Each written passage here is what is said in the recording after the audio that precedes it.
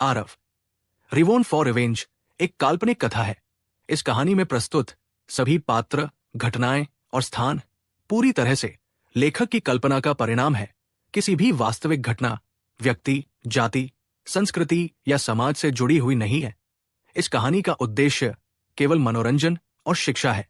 हम किसी भी प्रकार की धार्मिक, सांस्कृतिक या सामाजिक भावनाओं को ठेस पहुंचाने का उद्देश्य नहीं रखते हैं। यदि किसी श्रोता को इस कहानी में कोई अंश अनुचित या असंगत प्रतीत हो, तो कृपया इसे काल्पनिक और मनोरंजन के रूप में ले। इस कहानी का श्रेय पूरी तरह से लेखक को जाता है। कहानी प्रस्तुति में हमारा एक भी श्रेय नहीं है, हम बस कहानी को आवाज देते हैं। अब आगे। एक कीमियागर के रूप में दक्षराज आत्मा मैनुअल के बिना नहीं रह सकते थे। क्या हो रहा है? आरव ने मन ही मन पीड़ा से चिल्लाया। हजार वृद्धि आत्मा मंत्र दिव्य क्षेत्र में एक अत्यंत शक्तिशाली आत्मा साधना पद्धति थी। दक्षराज और उनके पिता केवल इस तकनीक की साधना के कारण ही दिव्य क्षेत्र में प्रसिद्ध हुए। हालांकि हजारों आत्माओं को बढ़ाने वाला मंत्र, जो हर बार कारगर साबित होता था, इस बार वास्तव में विफल हो गया। यह कैसे संभव था? क्या हो रहा है? आरव ने मन ही मन पीड़ा से चिल्लाया। हजार वृद्धि आत्मा मंत्र दिव्य क्षेत्र में एक अत्यंत शक्तिशाली आत्मा साधना पद्धति थी। दक्षराज और उनके पिता केवल इस तकनीक की साधना के कारण ही दिव्य क्षेत्र में प्रसिद्ध हुए। लेकिन अब हजार वृद्धि आत्मा मंत्र भी दिव्य आत्मा के फटने की समस्या को हल नहीं कर सका। यह तो बस एक बार की सरल सफलता थी। ऐसा कैसे हो सकता है? जब आरव पूरी तरह से असहाय था और पूर्ण निराशा के किनारे पर मंडरा रहा था, तो उसकी दिव्य आत्मा में एक बार फिर असामान्य परिवर्तन हुआ। अनेक सुनहरे रंग के अज्ञात ग्रंथ पृष्ठ धीरे धीरे आरव की चेतना के सागर में बह गए, एक धारा की तरह जो तुरंत आरव की दिव्य आत्मा को पोषित कर रहे थे। ये सुनहरे ग्रंथ अतुलनीय रूप से गहन और रहस्यमय थे। प्रत्येक शब्द आरव की चेतना के सागर में प्रवेश करने के बाद गायब हो गया और आरव की दिव्य आत्मा की मरम्मत भी हो रही थी। धीरे धीरे दिव्य आत्मा के टुकड़े टुकड़े होने का दर्द कम होता गया और फिर वो पूरी तरह से गायब हो गई। हालांकि इन स्वर्ण ग्रंथों का प्रवाह समाप्त नहीं हुआ। वे आरव की चेतना के सागर में प्रवेश करते रहे। इसने न केवल आरव की दिव्य आत्मा को पूरी तरह से ठीक किया, बल्कि इसने आरव की दिव्य आत्मा को पोषित भी किया, उसे धीरे धीरे मजबूत किया। ये ग्रंथ क्या है? वास्तव में इतना चमत्कारी प्रभाव डालने के लिए अपने पिछले जन्म में एक शानदार कीमिया सम्राट होने के बावजूद आरव ने पहले कभी ऐसी गूढ़ और असामान्य चीज नहीं देखी थी। केवल ग्रंथ ही दिव्य आत्मा को मजबूत कर सकते थे। आखिर ये किस तरह का स्वर्ग विरोधी साधन था? क्या ये ग्रंथ आत्मा साधना पद्धति हो सकते हैं? फिर अगर कोई इन ग्रंथों को समझ ले, तो क्या वे स्वर्ग विरोधी अस्तित्व नहीं बन जाएंगे?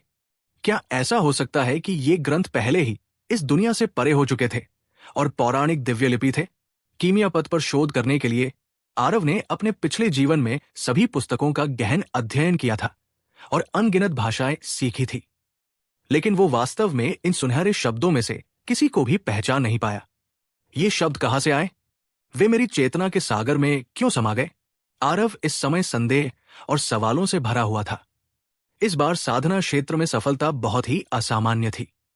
ये पहले से ही आरव की समझ से परे थी। आरव की दिव्य आत्मा अब और पीड़ा नहीं झेल रही थी, लेकिन उसे निराशा हुई। उसने पाया कि वो कुछ भी नहीं कर सकता था। वो केवल उन ग्रंथों को अपनी चेतना के सागर में स्वतंत्र रूप से प्रवेश करने दे सकता था।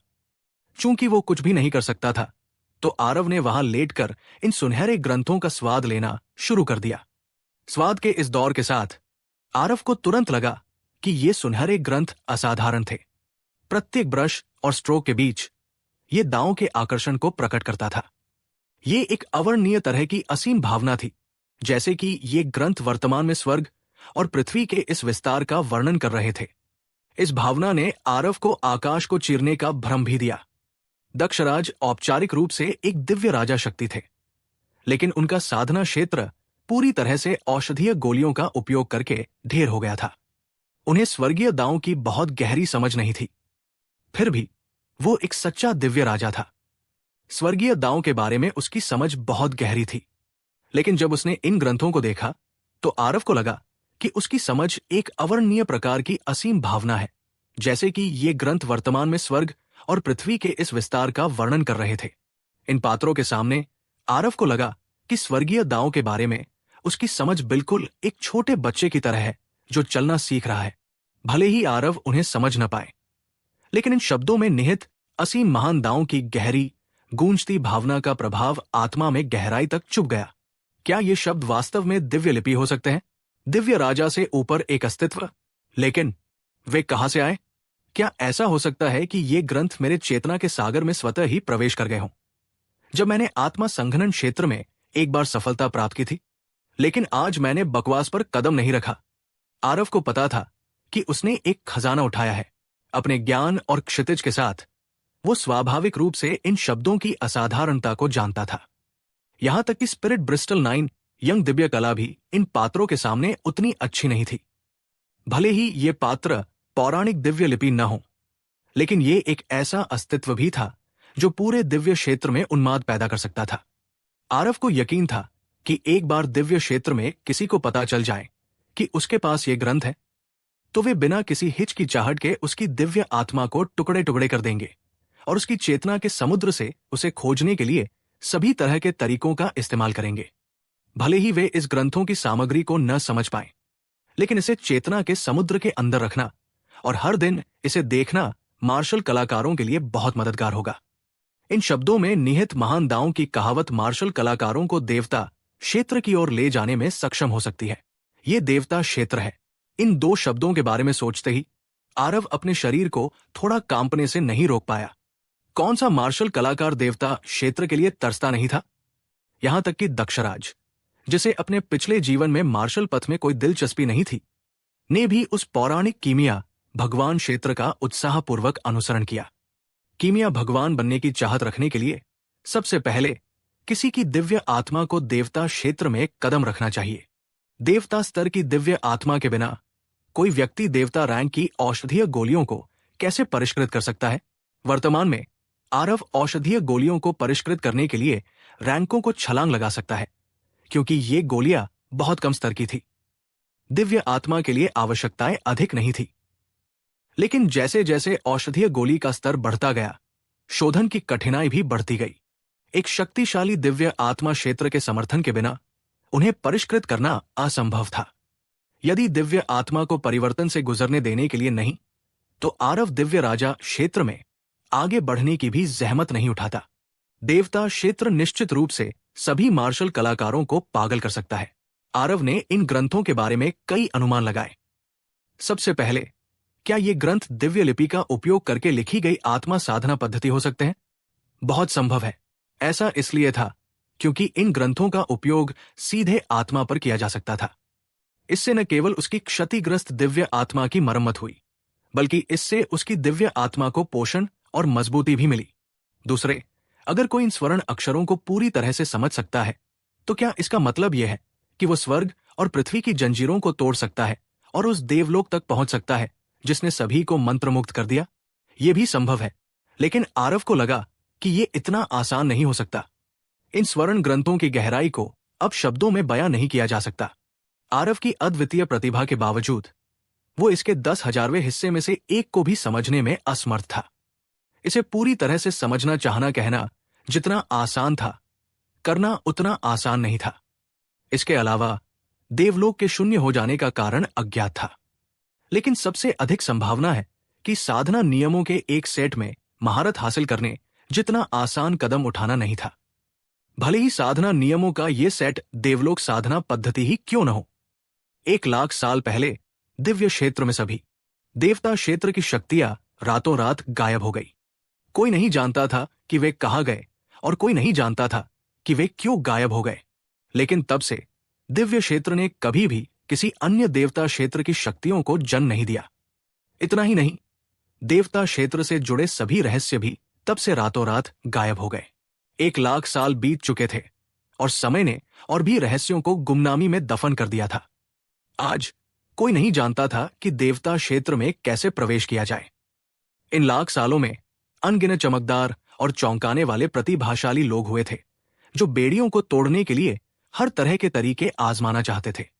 अंत में ये सब बेकार हो गया। यहां तक कि कुछ बेजोड़ शक्तियां भी थी जो बीच रास्ते में ही गिर गई और अपने पीछे अनंत पछतावे छोड़ गई। एक बार दक्षराज को एक ऐसे प्रतिभाशाली व्यक्ति के रूप में सम्मानित किया गया था जो कीमिया भगवान बनने की सबसे अधिक संभावना रखते थे, लेकिन वो भी सिर्फ सबकी चापलूसी थी, या शायद सबकी उस पर मुहर थी, क्योंकि किसी को भी सच में नहीं लगा कि वो सच में कीमिया भगवान के दायरे में प्रवेश कर सकता है। ऐसा इसलिए था क्योंकि ये 1,00,000 साल की बेड़ी थी, कोई भी इसे तोड़ नहीं सकता था, जबकि आरव की कल्पनाएं बेकाबू हो रही थी। सुनहरे पाठों की वो चादर पहले ही आरव की चेतना के सागर में पूरी तरह से समा चुकी थी। जैसे ही आरव ने राहत की सांस ली, उसका पूरा अस्तित्व मानो बिजली से चौंक गया। उसकी दिव्य आत्मा भी कांप उठी और अचानक उसकी आंखों से आंसू बहने लगे। आरव की चेतना के सागर के अंदर एक धुंधली आकृतियां एक दूसरे के सामने खड़ी थी। आरव ने इस दयालु लेकिन बड़े और लंबे व्यक्ति को देखा और फूट फूट कर रोया। मैं कितना मूर्ख हूं, मैं कितना मूर्ख हूं, मैं कितना मूर्ख हूं। मुझे इस बारे में बहुत पहले ही सोचना चाहिए था। इस पूरी दुनिया में आपके अलावा मेरे लिए ये सब कौन करेगा? आरव के आंसू उसके चेहरे पर छा गए, क्योंकि उसकी भावनाएं लगभग टूट रही थी। जन्म से ही आरव हमेशा शांत और संयमित रहा था। उसने पहले कभी अपनी भावनाओं पर इस तरह नियंत्रण नहीं खोया था। उसने हमेशा अपने दिल की गहराई में नफरत को दबा रखा था और अपनी सारी ऊर्जा साधना पर लगा रखी थी। वह केवल एक दिन दिव्य क्षेत्र में वापस जाने और उस गद्दार को मारने में सक्षम होने की उम्मीद करता था। लेकिन इस बार सामने वाले इस व्यक्ति का सामना करते हुए वो अब और शांत नहीं रह सका। ये वही पिता था जिसने उसे पाला, उसे कीमिया सिखाई और उसे साधना सिखाई। दिव्य क्षेत्र में सबसे शक्तिशाली कीमिया सम्राट रुद्रदेव। जब तक उसका दिल टूटा न हो, तब तक कोई आसानी से आंसू नहीं बहाता। रुद्रदेव का रूप रंग मिलनसार था और उस गद्दार द्वारा हत्या किए जाने से उसके चेहरे पर कोई भयावह आभा नहीं आई। आरव की ओर उसकी निगाहें कोमल प्रेम से भरी हुई थी। रुद्रदेव ने दयालुता से मुस्कुराते हुए कहा, दक्ष, तुम्हें पुनर्जन्म लेते हुए और जीवन में एक नया जीवन प्राप्त करते हुए देखकर पिताजी बहुत खुश है। क्या सब ठीक रहा है? रोते हुए आरव कहा, पिताजी, इस बच्चे के लिए सब कुछ अच्छा रहा है। मैं अक्सर पिताजी को बहुत याद करता हूं। आरव का गला भराया। हां, एक मृत व्यक्ति को याद करने का क्या मतलब है? चूंकि तुम्हारे पास एक नई पहचान है, एक नया जीवन है, इसलिए तुम्हें जाकर उस नए जीवन को जीना चाहिए। अतीत में मत डूबो। मेडिसिन किंग हॉल पहले से ही अतीत है। जो कुछ हुआ था उसे होने दो। बेपरवाही से रुद्रदेव मुस्कुराए और बहुत बेपरवाही से बोले, मैं कैसे भूल सकता हूं? मुझे बड़ा करने के लिए पिता का ऋण भले ही दक्ष धूल में मिल जाए, मैं भूलने की हिम्मत नहीं करूंगा। और वो गद्दार, अगर मैं उसकी लाश को चीर न दूं तो मैं अपनी घिनौनी नफरत कैसे मिटा सकता हूं? ये दक्ष पिता की मौत के दृश्य को भूलने की हिम्मत नहीं कर सकता। स्वर्ग की कृपा से मैं दक्ष वापस जीवित हो गया। अगर मैं इस दुश्मनी का बदला नहीं लूंगा तो मुझे इंसान कैसे माना जा सकता है? रुद्रदेव ने एक मायावी हाथ बढ़ाया और अतीत की तरह आरव के सिर को हल्के से सहलाया। सिवाय इसके कि वर्तमान रुद्रदेव एक भौतिक शरीर के बिना एक बची हुई आत्मा थी। वो आरव को कैसे छू सकता था? हालांकि रुद्रदेव को इससे कोई फर्क नहीं पड़ता था। हालांकि उनका हाथ आरव के ऊपर से गुजरा और कुछ भी नहीं छू पाया, फिर भी उनके चेहरे पर एक संतुष्ट मुस्कान थी। ये दृश्य देखकर आरव को लगा जैसे उसके दिल में चाकू घुस गया हो। दक्ष, तुम्हारा पुनर्जीवित होना कोई स्वर्ग का आशीर्वाद नहीं है। ये पिता है जिसने तुम्हें निचले लोकों में भेजने के लिए एक दिव्य आत्मा गुप्त कला का उपयोग किया है। लेकिन पिता ने तुम्हें निचले लोकों में ये उम्मीद करने के लिए नहीं भेजा था कि तुम अपने दिन घृणा में बिताओगे और घृणा से अंधे हो जाओगे। इस तरह तुम बदला लेने की मशीन बन जाओगे। ये वो परिणाम नहीं है जो मैं देखना चाहता हूं। रुद्रदेव ने आह भरी और कहा। आरव कांप उठा और उसकी आंखें अविश्वास से भर गई। उसका पुनर्जन्म वास्तव में पिता द्वारा एक महान रहस्यमयी क्षमता का उपयोग करने के कारण हुआ था। यह कोई संयोग नहीं था। कैसे? ये कैसे संभव था? हालांकि आरव को अचानक कुछ याद आया और तुरंत उत्तेजित होकर बोला, पिताजी, जब आपके पास इस तरह की शक्तियां हैं, तो क्या आपने खुद को पुनर्जन्म लेने के लिए भी तैयार किया है? तुमने पुनर्जन्म कहा लिया? मैं आपको ढूंढने जा रहा हूं। रुद्रदेव मुस्कुराए और बोले, तुम बहुत ज्यादा सोच रहे हो। यूनेर, बिज्जदेव ने इतने लंबे समय तक योजना बनाई, वो पिता को मेरी दिव्य आत्मा को भागने का मौका कैसे दे सकता था? उस समय पिता ने तुम्हें दूर भेजने के लिए मेरे सारे प्रयास पहले ही खर्च कर दिए थे। ये केवल इसलिए था क्योंकि उन्होंने पिता की ताकत को कम करके आंका था कि मैं तुम्हें बचने का एक छोटा सा मौका दे सकता था। उस समय मेरी दिव्य आत्मा लगभग पूरी तरह से उनके द्वारा चूर्णित हो चुकी थी। ये अत्यंत कमजोर और दुर्बल अवस्था में थी, लेकिन ये नष्ट नहीं हुई। ये केवल इसलिए था क्योंकि उसका दिव्य आत्मा क्षेत्र मेरी उपस्थिति का पता नहीं लगा सका। इसलिए मैं शून्य में छिप गया और तब तक इंतजार किया जब तक कि वो तुम्हें मार न दे, ताकि उसे लगे कि तुम्हारी आत्मा पहले ही नष्ट हो चुकी है। फिर मेरी बची हुई आत्मा तुम्हारी दिव्य आत्मा को शून्य से होकर निचले क्षेत्रों में ले आई। अब जाकर आरव को पता चला कि उसका पुनर्जन्म आकस्मिक नहीं था, बल्कि रुद्रदेव द्वारा उसकी दिव्य आत्मा की पूरी तरह से थकावट का जोखिम उठाकर उसके लिए खोजी गई आशा की एक कमजोर किरण थी। रुद्रदेव ने इसे आसानी से वर्णित किया, लेकिन आरव उस समय खतरे को महसूस कर सकता था। उस गद्दार बिज्जदेव का दिव्य आत्मा क्षेत्र कम नहीं था और उसके लिए एक बची हुई आत्मा की खोज न करना बिल्कुल असंभव था।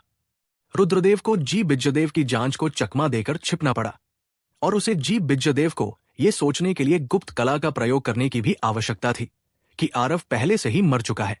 फिर उसने आरव को निचले क्षेत्रों में लाने के लिए शून्य को तोड़ दिया। यह प्रक्रिया दिव्य आत्मा पर एक बहुत बड़ी बर्बादी थी। अगर उसे बचाना नहीं था तो रुद्रदेव के पास अकेले भागने की पूरी क्षमता थी। रुद्रदेव के दिव्य आत्मा क्षेत्र के साथ पुनर्जन्म लेना कोई कठिन काम नहीं था। हालांकि रुद्रदेव ने ऐसा नहीं किया। इसके बजाय उसने उसके लिए आशा की ये पतली डोर छोड़ने के लिए वो सब कुछ किया जो वो कर सकता था। मरने से पहले एक पिता ने यही चुनाव किया था। एक पिता का प्यार जो पहाड़ों और समुद्रों जैसा होता है, आरव उसका बदला कैसे चुका सकता है? उसके पास कोई मौका नहीं था। अगर वो कर सकता तो आरव चाहता कि मरने वाला व्यक्ति वो हो, लेकिन आरव जानता था कि उसके पिता की बची हुई आत्मा ज्यादा समय तक नहीं टिक सकती। ये विदाई हमेशा के लिए होगी। पिताजी, मैं। जब रुद्रदेव ने बोलना समाप्त किया तो आरव पहले से ही सिसकियों से घुट रहा था। कोई भी व्यक्ति अपने पिता से बेहतर नहीं जान सकता। रुद्रदेव ने कभी भी अपने बेटे की पितृभक्ति पर संदेह नहीं किया था। इसलिए उसने मुस्कुराते हुए कहा, दक्ष, पिता ने तुम्हें ये सब बदला लेने और कुछ और सोचने के लिए नहीं कहा। मैं केवल यही चाहता हूं कि तुम जान लो कि पिता केवल यही आशा करते हैं कि तुम अच्छी तरह से जियोगे और बदला लेने वाली मशीन नहीं बनोगे। लेकिन बिज्जदेव बहुत विश्वासघाती है। क्या हम सब कुछ ऐसे ही जाने देंगे? आरव ने बहुत अनिच्छा से पूछा। रुद्रदेव ने अपना सिर हिलाया और कहा, पिताजी का ये मतलब नहीं था। मैं भी जानता हूं कि मैं तुम्हारा प्रतिशोध नहीं रोक सकता। तुम्हारे पास अपने पिछले जन्म की यादें हैं। भविष्य में दिव्य लोक में जाना निश्चित है। तुम भी जल्दी या बाद में बिज्जदेव से मिलोगे। लेकिन पिता नहीं चाहते कि तुम पूरी तरह से घृणा से घिरे रहो। फिर तुम्हारे और चलती फिरती लाश में क्या अंतर है? अगर तुम सच में बिज्जदेव को मार देते हो तो तुम्हारा जीवन पूरी तरह से अर्थहीन हो जाएगा। उस समय तुम खुद को भी खो दोगे और तुम्हारा साधना क्षेत्र भी आगे नहीं बढ़ पाएगा। दक्ष, तुम्हें अपने कदमों को रोककर अपने आसपास के लोगों पर ध्यान देना होगा। उनकी उम्मीदों को कम मत करो। तुम अब दक्षराज नहीं रहे। आरव का मन कांप उठा। देवराज, माँ रेवती, नंदिनी, शिक्षिका अनुपमा, गौतमी, एल्डर सोमेश, विपुल सिंह की छवियां अनायास ही उसके सिर में उभर आई। ये सही है, मैं अब दक्षराज नहीं रहा। मैं वर्तमान में आरव हूं। मेरा एक परिवार है, शिक्षक है और मित्र है। आरव ने गहरी सांस ली और गंभीरता से सिर हिलाया। पिताजी, ये बच्चा समझ गया। निश्चिंत रहें, मैं अभी भी आपका बेटा हूं, दक्ष। हालांकि मैं देवराज और रेवती शर्मा का बेटा भी हूं। आरव, मैं आप सभी को निराश नहीं करूंगा। रुद्रदेव की आंखों में मुस्कान थी। स्पष्ट रूप से वो अपने बेटे से बहुत प्रसन्न था। वास्तव में वो अपने बेटे के जन्म से ही उससे हमेशा बहुत प्रसन्न था। भले ही वे आज जीवन और मृत्यु से अलग हो गए थे, लेकिन ये जानना उसके लिए पर्याप्त था कि वो अच्छी तरह से जी रहा था। हाँ, मेरे दक्ष ने मुझे कब निराश किया है? हालांकि आपको पिताजी से वादा करना होगा। भविष्य में जब आप दिव्य क्षेत्र में वापस लौटेंगे तो आपको अपनी क्षमता के अनुसार कार्य करना होगा। कभी भी जबरदस्ती काम न करें। हालांकि बिज्जदेव शक्तिशाली हो सकता है, लेकिन उनके लिए अकेले मेडिसिन किंग हॉल को पलटना असंभव है। निश्चित रूप से उनके पीछे एक और भी शक्तिशाली व्यक्ति है। रुद्रदेव ने आरव को चेतावनी दी। आरव ने सिर हिलाया और कहा, चिंता मत करो पिताजी, ये बच्चा जानता है कि क्या करना है। पिताजी, ये बच्चा निश्चित रूप से इस जीवन काल में देवता क्षेत्र में कदम रखेगा और हमारे पिछले जीवन की लंबे समय से पोषित इच्छा को प्राप्त करेगा। आरव को देवलोक का जिक्र करते देख रुद्रदेव के चेहरे पर भी एक लालसा भरी झलक दिखाई दी। देवलोक, ये वास्तव में एक लंबे समय से पोषित इच्छा है। दक्ष, पिता का मानना है कि तुम इस 100,000 साल के रहस्य को सुलझा सकते हो और देवलोक में कदम रख सकते हो। रुद्रदेव ने बिना किसी हिचकिचाहट के आरव के बेतहाशा शब्दों पर विश्वास करना चुना। पिताजी, आप वास्तव में इस बच्चे को पुनर्जन्म के लिए निचले लोकों में भेज सकते हैं। आखिर आपकी दिव्य आत्मा किस लोक में पहुंची? आरव ने अपने दिल में उठी सवाल रखा। आरव के पिछले जन्म की दिव्य आत्मा भी बहुत शक्तिशाली थी, फिर भी वो पुनर्जन्म प्राप्त करने में असमर्थ था। दूसरे लोगों को पुनर्जीवित करने की बात तो दूर की बात है। इसलिए वो बहुत उत्सुक था कि पिता कितने शक्तिशाली थे, जिन्होंने वास्तव में उसे पुनर्जीवित होने दिया। रुद्रदेव ने मुस्कुराते हुए कहा, जब तक आप अपनी प्रतिभा और समझ के साथ मेडिसिन गॉड सोल कैनन का ठीक से अध्ययन करते हैं, तब तक मेरे स्तर तक पहुंचना कोई मुश्किल काम नहीं है। मेडिसिन गॉड सोल कैनन, क्या ये वे सुनहरे अक्षर हो सकते हैं जो मेरी चेतना के सागर में प्रवेश कर गए? आरव ने आश्चर्य से पूछा। ये सही है। पिता का दिव्य आत्मा क्षेत्र मेडिसिन गॉड्स सोल कैनन का प्रतिदिन अध्ययन करने के प्रभाव के कारण बाद में बहुत तेजी से बढ़ा। तो ये ऐसा ही है। कोई आश्चर्य नहीं कि पिता एक आधे चरण दिव्य गोली को परिष्कृत कर सकते हैं। तो ये वास्तव में ऐसे रहस्यमय कैनन को प्राप्त करने के कारण है। क्या यह हो सकता है कि पिता की दिव्य आत्मा वास्तव में पौराणिक आधे चरण के देवता क्षेत्र में पहुंच गई हो? आरव अपने दिल में अतुलनीय रूप से हैरान था। रुद्रदेव ने अपना सिर हिलाया और मुस्कुराते हुए कहा, कौन सी आधे चरण की दिव्य गोली? ये सब विजय देव द्वारा गढ़ा गया मनगढ़ंत कहानी है। वो औषधीय गोली अधिकतम टियर 9 यानी कि नावे स्तर की औषधीय गोलियों से थोड़ी अधिक शक्तिशाली थी। ये आधे चरण की दिव्य गोली कहलाने के योग्य कैसे हो सकती है? जहां तक दिव्य आत्मा क्षेत्र की बात है, मैं अभी भी आधे चरण के देवता क्षेत्र से बहुत दूर हूं। अगर मैं आधे कदम के देवता क्षेत्र में पहुंच गया तो विजय देव को मुझ पर हाथ रखने का अवसर कैसे मिल सकता है? हालांकि जितना अधिक मैं औषधि भगवान की आत्मा कैनन को समझता हूं, उतना ही मुझे लगता है कि देवता क्षेत्र अस्पष्ट और गूढ़ है। आरव पहले दिव्य राजा क्षेत्र में भी था। वो स्वाभाविक रूप से देवता क्षेत्र के पौराणिक और भ्रामक आकर्षण को महसूस कर सकता था। लेकिन रुद्रदेव को ये कहते हुए सुनकर उसे लगा कि भविष्य कठिनाइयों से भरा होगा। ये मेडिसिन गॉड्स सोल कैनन इतनी रहस्यमय थी और ये वास्तव में पिता को देवता क्षेत्र में कदम रखने में मदद करने में असमर्थ थी। पिता, आपको ये मेडिसिन गॉड्स सोल कैनन कहां से मिली? मैंने इसके बारे में पहले कभी क्यों नहीं सुना? आरव ने उत्सुकता से पूछा। मैंने गॉडफॉल पर्वत श्रृंखला से इस मेडिसिन गॉड सोल कैनन को प्राप्त किया, लेकिन ये मेडिसिन गॉड सोल कैनन केवल एक अधूरा कैनन है। आज तक मुझे इसकी उत्पत्ति के बारे में भी नहीं पता है। जब मैंने इसे प्राप्त किया तो ये केवल एक फटी हुई किताब थी, बहुत ही अगोचर। लेकिन जब मैंने इसे जांचने के लिए दिव्य इंद्रिय का उपयोग किया तो ये सुनहरे अक्षर वास्तव में मेरी दिव्य आत्मा में स्वतः ही अंकित हो गए। मैं इसे पुनः प्राप्त करने में भी असमर्थ था। मैं केवल हर दिन इसका अध्ययन कर सकता था। जब तक कि मेरे दिव्य आत्मा क्षेत्र में कुछ सफलता नहीं मिली, तब तक मैं इन सुनहरे अक्षरों को नियंत्रित करने में मुश्किल से सक्षम था। रुद्रदेव ने समझाया, यह वास्तव में गॉडफॉल पर्वत श्रृंखला है। कोई आश्चर्य नहीं, लगभग 10 साल पहले या पिता की मृत्यु से पहले आपने गॉडफॉल पर्वत श्रृंखला में घुसने के लिए कई दिव्य राजा शक्तियों के साथ हाथ मिलाया। मुझे डर है कि मेडिसिन गॉड सोल कैनन उसी दौरान प्राप्त किया गया था, है ना? आरव के चेहरे पर एहसास की झलक थी। दिव्य राजा विशेषज्ञ वास्तव में दिव्य क्षेत्र में सर्वोच्च अस्तित्व थे। हालांकि ऐसा नहीं था कि वे दुनिया भर में कहीं भी स्वतंत्र रूप से यात्रा कर सकते थे। दिव्य क्षेत्र में कुछ निषिद्ध स्थान थे। अगर दिव्य राजा विशेषज्ञ भी प्रवेश करते तो बस एक पल की लापरवाही और नाज होने का जोखिम होता। गॉड्स फॉल पर्वत श्रृंखला उनमें से एक थी। जैसा कि नाम से पता चलता है, एक ऐसी जगह जहां देवता क्षेत्र के शक्तिशाली लोगों को भी नाश होना पड़ा। दिव्य राजा विशेषज्ञों की क्या गिनती थी। बेशक गॉड्स फॉल पर्वत श्रृंखला के बारे में एक और कहावत थी। अनगिनत युगों पहले उस स्थान पर एक धरती हिला देने वाला महान युद्ध हुआ था। महान युद्ध में भाग लेने वाले सभी देवता क्षेत्र के शक्तिशाली लोग थे।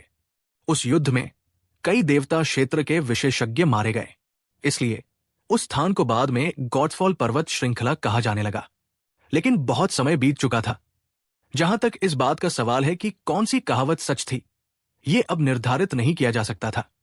केवल एक बात निश्चित थी, वो ये कि गॉडफॉल पर्वत श्रृंखला एक बेहद खतरनाक जगह थी, लेकिन साथ ही एक ऐसी जगह भी थी जहां बहुत सारे भाग्यशाली अफसर थे। ये मेडिसिन गॉड्स सोल कैनन शायद किसी देवता क्षेत्र विशेषज्ञ द्वारा छोड़ी गई आत्मा साधना पद्धति रही होगी। रुद्रदेव ने सिर हिलाया और कहा, यह सही है, इसे तब प्राप्त किया गया था। आपने भी मेडिसिन गॉड्स सोल कैनन को देखा है और आपको इसके आकर्षण को समझना चाहिए। मैं भी तब इन सुनहरे अक्षरों को समझने में असमर्थ था, इसलिए मैंने अस्थायी रूप से आपको नहीं बताया। बाद में जब मैंने आपको औषधि देवता की आत्मा कैनन प्रदान करने की योजना बनाई, तो वो अप्रत्याशित घटना घटी। सच में भाग्य मनुष्य को मूर्ख बना देता है। आपकी प्रतिभा के साथ यदि आपको मेडिसिन गॉड्स सोल कैनन को समझने के लिए कई सौ साल दिए गए, तो आप वास्तव में अर्ध देवता क्षेत्र प्राप्त कर सकते हैं। दिव्य राजा विशेषज्ञों के लिए कई सौ साल लंबे नहीं माने जाते। ये सिर्फ एकांतवास की अवधि हो सकती है। रुद्रदेव द्वारा आरव को मात्र कई सौ साल की समय सीमा देना यह स्पष्ट करता है कि उन्हें अपने बेटे की प्रतिभा पर कितना भरोसा था। लेकिन जब आरव ने यह सुना तो उसने कहा, पिताजी, शायद ये नया जीवन मेरे लिए अवसर है। मेरे पिछले जीवन में मैंने मार्शल पद की उपेक्षा की। भले ही मैंने मेडिसिन गॉड सोल कैनन प्राप्त कर ली हो, मैं शायद अर्ध देवता क्षेत्र तक नहीं पहुंच पाऊंगा। इस जीवन में मैं अपना दिल मार्शल पथ में लगाऊंगा और उस अद्वितीय देवता क्षेत्र का अनुसरण करूंगा। मैं पिता को बिल्कुल निराश नहीं करूंगा। रुद्रदेव ने मुस्कुराते हुए कहा, मैं स्वाभाविक रूप से निराश नहीं होऊंगा। पिता ने पहले ही आपके नए शरीर को देखा है। आपने बहुत अच्छी तरह से साधना की है और आपकी नींव भी बहुत ठोस है। आपने 9 आत्मा की बूंदों को संघनित किया है और दिव्य आत्मा परिवर्तन भी बहुत दोष रहित था। जब तक तुम दृढ़ता से आगे बढ़ते रहोगे, भविष्य में देवलोक में कदम रखना निश्चित रूप से कोई सपना नहीं है। ठीक है, समय लगभग समाप्त हो गया है। पिताजी को जाना चाहिए। भविष्य में जब पिताजी तुम्हारे साथ नहीं होंगे, तो तुम्हें अपना ख्याल रखना होगा। जब वो बोल रहा था, रुद्रदेव का शरीर धीरे धीरे बेहोश होता जा रहा था। ये एक बची हुई आत्मा के लुप्त होने का संकेत था। आरव की आंखें एक बार फिर धुंधली हो गई। पिता और पुत्र मुश्किल से फिर से मिल पाए। फिर भी यह बहुत क्षणभंगुर था। ये अलविदा हमेशा के लिए था। आरव ने रुद्रदेव को पकड़ने की बहुत कोशिश की, लेकिन वह एक बची हुई आत्मा को कैसे पकड़ सकता था जो लुप्त होने के कगार पर थी। चिंता मत करो पिताजी, यह बच्चा पहले ही बड़ा हो चुका है। मैं अपना ख्याल रखूंगा। मैं भविष्य में निश्चित रूप से देवलोक में कदम रखूंगा। भले ही मुझे हर तरह से कोशिश करनी पड़े, मैं आपको पुनर्जीवित करने का कोई न कोई तरीका जरूर ढूंढूंगा। आरव ने आंखों में आंसू भरकर कहा, हाँ, मूर्ख लड़का, जीवन और मृत्यु स्वर्ग द्वारा तय किए जाते हैं। आपको बस अच्छे से जीना है और बस इतना ही काफी है। रुद्रदेव की बची हुई आत्मा धीरे धीरे कमजोर, धुंधली होती गई और अंततः शून्य में विलीन हो गई। एक बार फिर अपने पिता को उसे छोड़ते हुए देखकर आरव को लगा जैसे उसके दिल में चाकू चुभ रहा हो। उसे सिर्फ अपने आप से नफरत थी कि वो बहुत कमजोर था। अगर उसके पास पिता की पुरानी ताकत होती, तो वो निश्चित रूप से पिता की दिव्य आत्मा को थामे रख सकता था और उन्हें पुनर्जीवित भी कर सकता था। लेकिन अभी वो कुछ भी करने में असमर्थ था। आरव ने एक बार फिर उस तरह की गहरी लाचारी का अनुभव किया। उसे इस तरह की भावना बहुत नापसंद थी। मुझे, आरव, इस जीवन में निश्चित रूप से देवता क्षेत्र में कदम रखना चाहिए। हृदयहीन स्वर्ग सब कुछ को तिनके की तरह मानता है। मुझे, आरव, अपना खुद का महान दांव बनाना होगा और इस स्वर्ग का विरोध करना होगा। इस बिंदु पर आरव पहले से ही वास्तविकता में लौट आया था। आरव आसमान में चिल्लाया। इस बिंदु पर आरव की आत्मा संघनन क्षेत्र में सफलता आखिरकार पूरी हो गई थी। स्वर्ग और पृथ्वी की घटना फीकी पड़ गई, जैसे कि वो कभी दिखा ही न दी हो। बलवंत ने बेहोश गौतमी और रोहित को आरव के सामने लाया। आरव अभी तक अपने दुख से पूरी तरह से उबर नहीं पाया था। रोहित को देखकर उसकी हत्या की मंशा अनायास ही बढ़ गई। एक पल बाद, मुझे क्या हो गया? आरव, तुम ठीक हो? ये बहुत अच्छा है। गौतमी धीरे धीरे जाग उठी। आरव को सुरक्षित और स्वस्थ देखकर वो खुशी से फूली नहीं समा रही थी। अनजाने में गौतमी की आरव के प्रति चिंता पहले से ही एक अनैच्छिक आदत बन चुकी थी। ये तो बस आत्मा संघनन क्षेत्र में घुसना है, मुझे क्या हो सकता है? आरव ने अपने दिल में दुख को दबाते हुए एक मजबूर मुस्कान के साथ कहा। लेकिन तुमने अभी लोगों को बहुत डरा दिया है। अपने सिर को पकड़ते हुए जमीन पर लौटते हुए मैंने भी सोचा कि मैंने तुम्हारी परेशान करने वाली शक्ल देखी और तुम्हारी मदद करने के लिए आना चाहती थी, लेकिन इस जानवर ने मुझे बेहोश कर दिया। हुम्फ। गौतमी ने बलवंत की ओर इशारा किया और एक नाखुश नजर से कहा, अगर बलवंत बहुत शक्तिशाली नहीं होता तो शायद वो इस समय अपनी तलवार घुमा लेती। उसने तुम्हें आने नहीं देने में सही किया है, इसलिए अब उसे दोष मत दो। मेरा दिव्य आत्मा परिवर्तन दूसरों से अलग है। मैं एक तरह के विशेष बपतिस्मा का अनुभव कर रहा था, इसलिए ये इतना दर्दनाक है। पहले मेरे आसपास के कई दर्जन फीट के दायरे में बहुत ज्यादा खतरा था। अगर आप जल्दबाजी में आते तो आपकी दिव्य आत्मा को चोट लग जाती, आरव ने समझाया। गौतमी ने आरव को संदेह से देखा और फिर बलवंत की ओर देखा। सच में? गौतमी ने पूछा। बेशक ये सच है। अगर नहीं तो आप मेरी आत्मा की शक्ति को महसूस कर सकते हैं और आपको पता चल जाएगा कि मैंने जो कहा वो झूठ नहीं है। जैसे ही उसने कहा, आरव ने अपनी आत्मा की शक्ति को छोड़ दिया। बलवंत और गौतमी ने स्पष्ट रूप से आत्मा की शक्ति के उस उछाल को महसूस किया। आप वास्तव में सीधे मध्य श्रेणी के कीमिया मास्टर की आत्मा की शक्ति की ऊंचाई को छू लिया। गौतमी के चेहरे पर ऐसा भाव था मानो उसने कोई भूत देखा हो। यहां तक कि उसकी वाणी भी हकलाने लगी। बगल में बलवंत को भी ये अप्रत्याशित लगा। दो बंदर की आंखें फड़क उठीं। जाहिर है वो भी बहुत हैरान था। सामान्य परिस्थितियों में एक मार्शल कलाकार की आत्मा की शक्ति उनके साधना क्षेत्र का अनुसरण करती है। साधना के स्तर में स्वाभाविक रूप से शक्तिशाली दिव्य आत्मा वाले लोगों के अलावा एक समान आत्मा शक्ति होगी। आरव के सफल होने से पहले उसकी दिव्य आत्मा लगभग औसत व्यक्ति के समान ही थी। भले ही वो दिव्य आत्मा परिवर्तन से गुजरा हो, ये केवल निम्न श्रेणी कीमिया मास्टर आत्मा शक्ति की सीमा तक ही होना चाहिए था। वो सीधे मध्यम श्रेणी कीमिया मास्टर आत्मा शक्ति कैसे प्राप्त कर सकता था? आरव मुस्कुराया और कहा, क्या मैंने अभी नहीं कहा था? मेरा दिव्य आत्मा परिवर्तन दूसरों से अलग है। इस तरह के दर्दनाक दिव्य आत्मा बपतिस्मा का अनुभव करने के बाद मैंने जो प्राप्त किया वो स्वाभाविक रूप से दूसरों की तुलना में अधिक था। लेकिन अगर आपके पास मध्यम श्रेणी की कीमिया मास्टर की आत्मा शक्ति है तो क्या आप सीधे उच्च श्रेणी की दूसरे स्तर की औषधीय गोलियों को परिष्कृत नहीं कर पाएंगे? गौतमी ने चौंक कर कहा। उसे याद आया कि जब आरव चौथे स्तर के सार क्यूई क्षेत्र में था तो वो दूसरी स्तर की औषधीय गोलियों को परिष्कृत कर सकता था। तो क्या इसका मतलब यह नहीं था कि उसके पास कम से कम वर्तमान में उच्च श्रेणी के कीमिया मास्टर की शक्ति है? क्या यह बहुत जल्दी नहीं था? उच्च श्रेणी का दूसरा स्तर? भले ही मैं मध्यम श्रेणी की कीमिया मास्टर आत्मा शक्ति तक नहीं पहुंच पाया, लेकिन यह भी कोई मुद्दा नहीं है। आरव के लिए शामनगर राज्य की ये औषधीय गोलियां बिल्कुल भी चुनौती नहीं थी। उच्च श्रेणी की दूसरी स्तर की औषधीय गोलियों को परिष्कृत करना बहुत आसान था। असली चुनौती वे औषधीय गोलियां थी जो उच्च श्रेणी के दूसरे स्तर से आगे निकल गई। अगर आरव की आत्मा शक्ति में कोई सफलता नहीं मिली तो उसे परिष्कृत करने में वास्तव में कुछ कठिनाइयां हो सकती है। आखिरकार दूसरी स्तर की औषधीय गोलियां प्रथम स्तर की औषधीय गोलियों से कहीं ज्यादा कठिन थी। औषधीय गोलियों को परिष्कृत करने के लिए रैंकों को छलांग लगाकर और भी आगे बढ़ने के लिए स्वाभाविक रूप से कठिनाई भी बढ़ जाएगी। गौतमी ने यह कहने से पहले एक गहरी सांस ली। रोहित वास्तव में किसी चीज के बारे में बिल्कुल सही था। आरव दंग रह गया और पूछा, उसने मेरे बारे में क्या कहा? तुम एक सनकी हो। सनकी।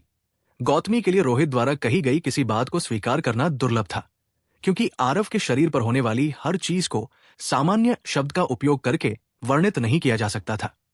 इसलिए इसे केवल सन की शब्द का उपयोग करके वर्णित किया जा सकता था।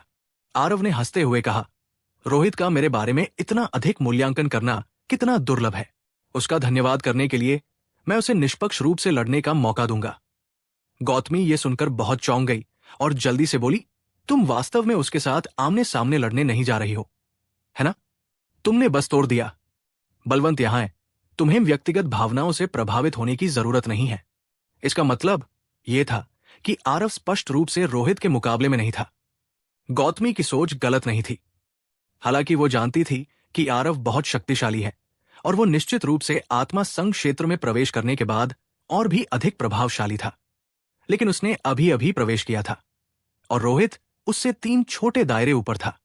इस दूरी की भरपाई इतनी आसानी से नहीं की जा सकती थी। गौतमी जानती थी कि आत्मा संघनन क्षेत्र के बाद लड़ाई के लिए रैंक में कूदना और भी मुश्किल होगा, क्योंकि प्रत्येक छोटे दायरे के बीच असमानता और भी अधिक हो जाती है। एक 3 आत्मा तरल बुदें, प्रथम स्तर आत्मा संघनन क्षेत्र और एक दूसरे स्तर आत्मा संघनन क्षेत्र, जिसने इसी तरह 3 आत्मा तरल बुदें संघनित की। उनके बीच पूरे 3 आत्मा तरल बुदों का अंतर था। इसका यह भी मतलब था कि उनके बीच सार ऊर्जा मात्रा में अंतर 100% था। स्वर्ग विरोधी तरीकों के बिना इस तरह की असमानता की भरपाई करना बहुत मुश्किल था। आरव और रोहित के बीच, उनके बीच पूरे 3 छोटे दायरे का अंतर था। बीच में एक छोटा सा चरण भी था। बीच में असमानता बहुत बड़ी थी। आरव ने बस मुस्कुराया और कहा, चिंता मत करो, मुझे पता है कि मैं क्या कर रहा हूं। ठीक उसी समय रोहित भी धीरे धीरे जाग उठा। आरव को इस समय उसे बुरी नीयत से परखते देख रोहित का दिल बिना किसी कारण के कांप उठा। चलो रोहित, मैंने कहा था कि मैं तुम्हें मुझसे द्वंद्व करने का मौका दूंगा। अब चलो आमने सामने की लड़ाई करते हैं। आरव के शब्दों में ऐसा आभास था मानो वो सभी के प्रति तिरस्कार दिखा रहा हो। तुम सच में मुझसे आमने सामने की लड़ाई करना चाहते हो? रोहित भी स्पष्ट रूप से इस पर विश्वास करने की हिम्मत नहीं किया। यहां आरव का लाभ बहुत स्पष्ट था। इस तरह की मूर्खतापूर्ण बात करने की कोई जरूरत ही नहीं थी। क्या तुम अनिच्छुक हो? आरव का स्वर ठंडा हो गया। इच्छुक? बेशक मैं इच्छुक हूं, रोहित ने जल्दी से जवाब दिया। इस समय उसके पास पहले से ही कोई विकल्प नहीं था। चूंकि आरव खुद मूर्ख बन रहा था, तो क्या वो आरव की तरह मूर्ख नहीं होगा यदि उसने इस अवसर को अच्छी तरह से नहीं समझा? बस उसे चिंता थी कि आरव सिर्फ अपनी ताकत मापने के लिए उसका इस्तेमाल कर रहा है और फिर भी वो बलवंत को अंत में उसे मारने के लिए मजबूर कर देगा। अगर वो होता तो वो निश्चित रूप से ऐसा करता। तुम्हें चिंता करने की जरूरत नहीं है। बलवंत भाई और सीनियर अप्रेंटिस सिस्टर गौतमी हमला नहीं करेंगे। जब तक तुम मुझे मार सकते हो, तुम यहां से जा सकते हो। मैं बलवंत भाई को सीनियर अप्रेंटिस सिस्टर गौतमी को रोकने के लिए मजबूर करूंगा और उसे हमला नहीं करने दूंगा। आरव ने रोहित की चिंताओं को समझा और शांति से कहा, आरव, तुम। गौतमी तुरंत उछल पड़ी, लेकिन बलवंत ने उसे रोक लिया। रोहित ने जब यह दृश्य देखा तो वो खुशी से झूम उठा। ये कुछ दिन उसके लिए बहुत दुखद रहे थे। लगभग 20 साल जीने के बाद उसने पहले कभी ऐसा अन्याय नहीं झेला था। हा, आरव, तुमने खुद ही इसके लिए कहा था। फिर मुझे पीछे न हटने के लिए दोष मत दो। तुम इतने भोले नहीं हो कि ये सोचो कि तुम आत्मा संघनन क्षेत्र में घुसने के बाद वास्तव में मेरे बराबर हो जाओगे, है ना? आमने सामने की लड़ाई अब प्रशिक्षण साथी बनने का समय नहीं है। रोहित पागलों की तरह हंसा। आरव ने बेपरवाही से कहा, बहुत बकवास है। चलो, तुम मौत को दावत दे रहे हो, आरव। रोहित ने अपने दांत पीस लिए और आरव पर मुक्का मारा। अगर पहले आरव इस मुक्के से बच जाता तो निश्चित रूप से पहले ही पल में बच जाता। लेकिन अब आरव भागा नहीं और नहीं चकमा दिया।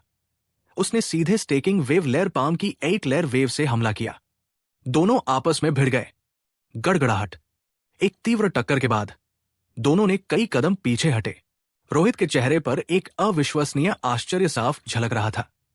क्या तुम अभी अभी आत्मा संघनन क्षेत्र में नहीं घुसे हो? तुम इतने मजबूत कैसे हो सकते हो? रोहित आरव की चाल से बहुत परिचित था, जो था stacking wave layer palm 8 layered wave. लेकिन सवाल यह था कि 8वीं परत वेव में इतनी अविश्वसनीय शक्ति कैसे हो सकती है? वास्तव में उसकी हथेली से टकराने पर उसे कोई नुकसान नहीं हुआ। इससे कोई फर्क नहीं पड़ता कि एक लेयर वेव कितना मजबूत था। यह सिर्फ एक प्रथम स्तर की मार्शल तकनीक थी। आरव अभी अभी आत्मा संघनन क्षेत्र में पहुंचा था। प्रथम स्तर की मार्शल तकनीक का उपयोग करने वाला प्रथम स्तर का आत्मा संघनन क्षेत्र वास्तव में उसके जैसे चौथे स्तर के आत्मा संघनन क्षेत्र के मार्शल कलाकार के साथ बराबरी कर सकता है। प्रथम स्तर की मार्शल तकनीकें कब से इतनी शक्तिशाली थी? प्रथम स्तर के आत्मा संघनन क्षेत्र कब से इतने मजबूत थे? आरव ने अपने होंठ सिकोड़ लिए और नाराजगी से कहा, वास्तव में प्रथम स्तर की मार्शल तकनीक अब उपयुक्त नहीं है। आरव अभी अभी आत्मा संघनन क्षेत्र में पहुंचा था। मूवमेंट तकनीक शटरिंग स्पेस के अलावा अब्सोल्यूट यांग फिंगर सहित उनकी सभी मार्शल तकनीकें सभी प्रथम स्तर की मार्शल तकनीकें थी। प्रथम स्तर की मार्शल तकनीक का उपयोग करके चौथे स्तर के आत्मा संघनन क्षेत्र से लड़ना स्पष्ट रूप से काफी नहीं था। अभी अभी हुई वो लड़ाई बराबरी की लग रही थी, लेकिन वास्तव में आरव स्पष्ट रूप से नुकसान में था। आरव को जो नुकसान हुआ वो रोहित की तुलना में बहुत अधिक था। वो जितनी दूरी तक पीछे हट गया वो भी रोहित से कहीं अधिक था। गौतमी ने भी ये दृश्य देखकर अपना मुंह चौड़ा कर लिया और बलवंत की बाहों में संघर्ष करना बंद कर दिया। ये बहुत स्पष्ट था कि इस दृश्य ने उसे भी इसी तरह का बड़ा झटका दिया। भले ही रोहित द्वारा अभी अभी की गई वो हथेली उसकी सबसे मजबूत चाल नहीं थी, लेकिन उसने कोई ताकत नहीं रोकी। दूसरे स्तर की माध्यम श्रेणी की मार्शल तकनीक और चौथे स्तर की आत्मा संघनन क्षेत्र की ताकत, कोई भी इसे कैसे भी देखे, परिणाम यह होना चाहिए कि आरव बुरी तरह घायल हो जाता और खून उगलने लगता। हालांकि आरव केवल कुछ कदम पीछे हट गया। गौतमी को अचानक कुछ याद आया और उसने जोर से पूछा, आरव, तुमने कितनी बूंदे स्पिरिट लिक्विड की संघनित की? गौतमी के पूछने पर रोहित ने भी अपने कान खड़े कर लिए। उसे भी बहुत उत्सुकता थी कि 7 बूंदे थी या 8 बूंदे। आरव ने अपना सिर पीछे नहीं घुमाया और बस सहजता से कहा, 9 बूंदे। रोहित की आंखें बाहर निकल आई। 9 बूंदे? असंभव। इस दुनिया में ऐसा कोई व्यक्ति कैसे हो सकता है जो 9 स्पिरिट लिक्विड की बूंदे संघनित कर सके और उसका डेंटिन न फटे? आरव ने शांति से कहा, तुम्हें नहीं पता, इसका मतलब यह नहीं है कि ऐसा नहीं है। श्यामनगर राज्य तो बस एक छोटी सी जगह है। तुम तो बस कुएं के तल पर पड़े एक तुच्छ मेंढक हो। ये कैसा मजाक है? मुझे यकीन नहीं होता। कुएं के तल पर मेंढक? तुमने ऐसा कहा जैसे तुम श्यामनगर राज्य से नहीं हो। हाँ, मुझे पता है तुमने सिर्फ 7 बूंदें ही संघनित की होंगी और खुद को अच्छा दिखाना चाह रहे हो। या तो ऐसा है या फिर तुम मेरी मनस्थिति को बदलने की कोशिश कर रहे हो। ऐसा नहीं है कि रोहित विश्वास करने को तैयार नहीं था, बल्कि इसलिए क्योंकि 9 स्पिरिट लिक्विड बूंदें वास्तव में किंवदंतियों से भी ज्यादा पौराणिक थी। जिस तरह से उसने इसे समझा, ऐसा होना पूरी तरह से असंभव था। और फिर भी आरव ने कहा कि उसने 9 स्पिरिट लिक्विड बूंदें संघनित की, जिससे रोहित के ज्ञान की पूर्णता बिखर गई। इसलिए उसने विश्वास न करने का विकल्प चुना। लेकिन अंदर ही अंदर एक असंगत आवाज रोहित को बता रही थी कि आरव ने जो कहा वह सच था। अन्यथा कोई कैसे समझा सकता था कि आरव अपने प्रथम स्तर के आत्मा संघनन क्षेत्र के साथ एक प्रथम स्तर की मार्शल तकनीक के साथ उसके बराबर कैसे हो सकता है? हालांकि रोहित ने कभी 7 spirit liquid drops martial artist नहीं देखे थे, लेकिन वो जानता था कि 7 spirit liquid drops martial artist के पास इतनी शक्तिशाली ताकत होना बिल्कुल असंभव था। यानी आरव ने कम से कम 8 स्पिरिट लिक्विड ड्रॉप्स को संघनित किया, शायद 9 ड्रॉप्स भी, जिन्हें रोहित स्वीकार करने से हिचकिचा रहा था। मैं सिर्फ एक तथ्य बता रहा था, आपको इस पर यकीन दिलाने के लिए नहीं। इससे कोई फर्क नहीं पड़ता कि आप इस पर यकीन करते हैं या नहीं, नतीजा नहीं बदलेगा। आरव ने उदासीनता से कहा, तो मैं आप पर यकीन नहीं करता, चाहे आप कितने भी राक्षसी क्यों न हो। आप सिर्फ पहले स्तर के स्पिरिट संघनन क्षेत्र में हैं। क्या आप स्वर्ग का विरोध कर सकते हैं? रोहित ने आक्रोश से कहा। उसके बाद रोहित आगे बढ़ा और आरव से टकरा गया। जोड़ी की हरकतें बहुत तेज थी। वे 2 आफ्टरमेज की लकीरों में बदल गए और बिना रुके आपस में टकरा गए। पलक झपकते ही उन्होंने 1 दर्जन से ज्यादा आदान प्रदान पार कर लिए। रोहित की हरकतों की तकनीक बिना कहे ही समझ में आ जाती है। उसने उच्च श्रेणी की दूसरी स्तर की मूवमेंट तकनीक का भी प्रशिक्षण लिया, जो गौतमी के स्पिरिट स्वेलो डांस से बिल्कुल भी कमतर नहीं थी। हालांकि जब आरव ने आत्मा संघनन क्षेत्र में प्रवेश किया और उसे अपार सार ऊर्जा का समर्थन मिला, तो शटरिंग स्पेस के पहले चरण की असली ताकत भी उभर कर सामने आई। उसकी गति वास्तव में रोहित से भी थोड़ी तेज थी। बाहरी लोग नहीं बता सकते थे, लेकिन रोहित की इंद्रियां अतुलनीय रूप से स्पष्ट थी। बस उस छोटी सी बात की वजह से उसका हमला हमेशा आरव की तुलना में आधा बीट धीमा रहा। इसके परिणाम स्वरूप वो हर बार अपनी पूरी शक्ति को उजागर करने में असमर्थ हो गया। आरव की 8वीं स्तर की वेव और अब्सोल्यूट यांग वेव जबरदस्त शक्ति वाली प्रथम स्तर की मार्शल तकनीकें थी। विशेष रूप से अब्सोल्यूट यांग वेव, इसकी शक्ति का अब उसी सांस में उल्लेख नहीं किया जा सकता है जैसा कि सार क्यूई क्षेत्र के दौरान किया गया था। जबकि ये रोहित को वास्तविक नुकसान नहीं पहुंचा सकता था, इसने उसे इसे अनियंत्रित छोड़ने में असमर्थ बना दिया।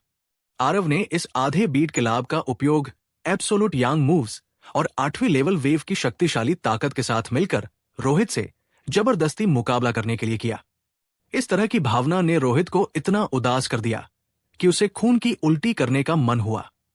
फिलहाल उसे आरव के साथ इतना बड़ा दाव खेलने का पछतावा हो रहा था।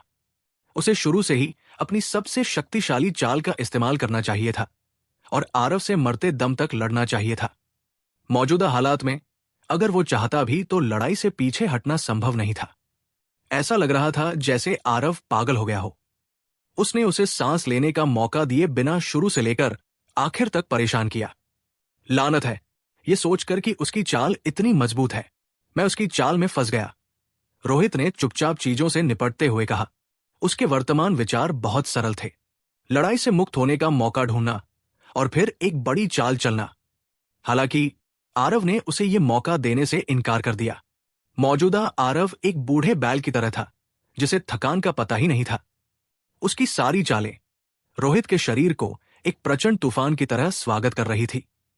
अपने पूर्व पिता से हमेशा के लिए अलग होने के बाद आरव के दिल में असीम दुख था।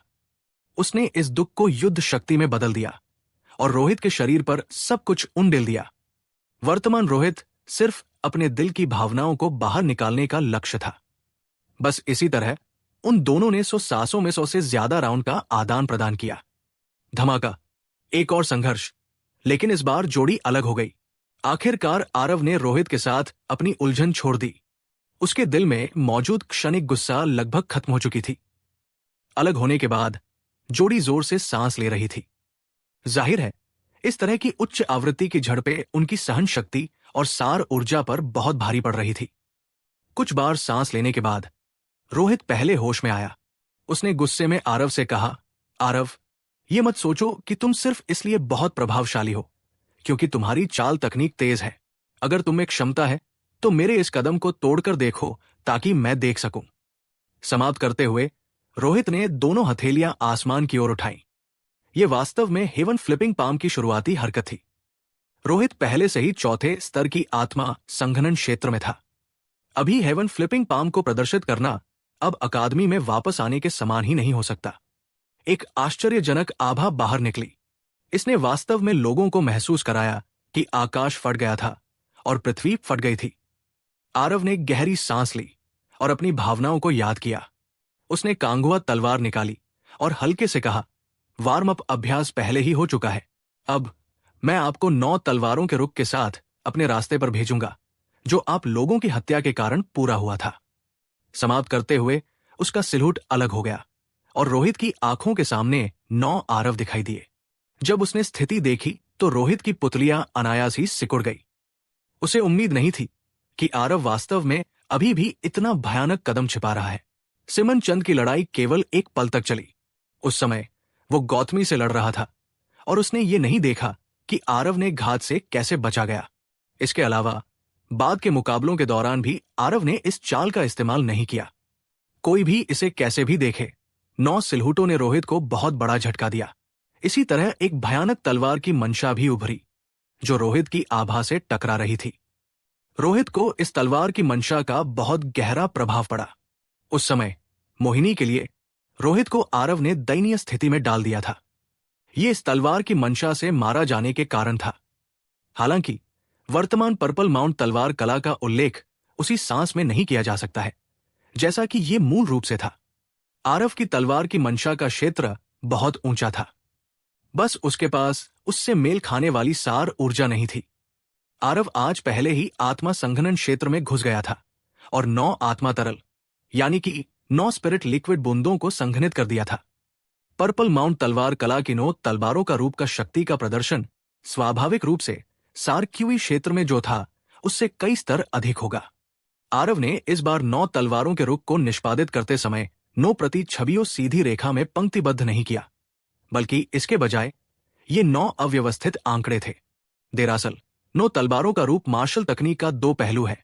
पहला, कोई खुद की 9 प्रति छवि प्रकट कर सकता है और उनमें से एक प्रतिच्छवि असली शरीर होता है, लेकिन प्रतिद्वंदी के लिए बाकी 8 प्रतिच्छवि और असली शरीर में असमानता देखना मुश्किल हो जाता है।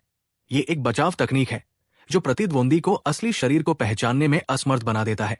और दूसरा पहलू एक आक्रामक क्षमता वाला तकनीक है जो कि 9 प्रति छवियों से 9 तलवार ऊर्जा निकालता है, जो एक एक करके दुश्मन को कई दिशा से बार कर सकता है और हमलावर चाहे तो 9 तलवारों की तलवार ऊर्जाओं को एक में विलीन करके और कई गुना अधिक ऊर्जा के साथ एक शक्तिशाली हमला कर सकता है। इस तरह 9 तलवारों के रुख के पूरा होने के बाद आरव पहले से ही इन 9 छाया चित्रों को स्वतंत्र रूप से प्रदर्शित कर सकता था और तलवार की किरणों को छोड़ने के समय को भी स्वतंत्र रूप से नियंत्रित कर सकता था। इस तरह 9 तलवारों के रुख की शक्ति बहुत अधिक हो गई। 9 अव्यवस्थित छाया चित्रों द्वारा छोड़े गए तलवार की किरणों का बचाव करना बहुत कठिन होगा, बजाय इसके कि वे एक पंक्ति में पंक्तिबद्ध हों। साथ ही आरव अब प्रतिद्वंदी की स्थिति के अनुसार पूरी तलवार किरण छोड़ने की अवधि को स्वतंत्र रूप से समायोजित कर सकता था। लय में यह परिवर्तन सबसे कठिन था। यदि प्रतिद्वंदी आरव से बहुत अधिक शक्तिशाली नहीं था, तो वे दूसरी तलवार किरण का बचाव कैसे कर सकते थे, जब उन्होंने केवल एक तलवार किरण को रोका था और नई ताकत नहीं जुटाई थी। ये आरव द्वारा बनाए गए इस 9 तलवारों के रुख का सबसे बड़ा पहलू था। बहुविविध हमलों के साथ तालमेल बिठाने वाली शक्तिशाली तलवार की मंशा आरव की शक्ति को एक बार फिर से बढ़ा सकती थी।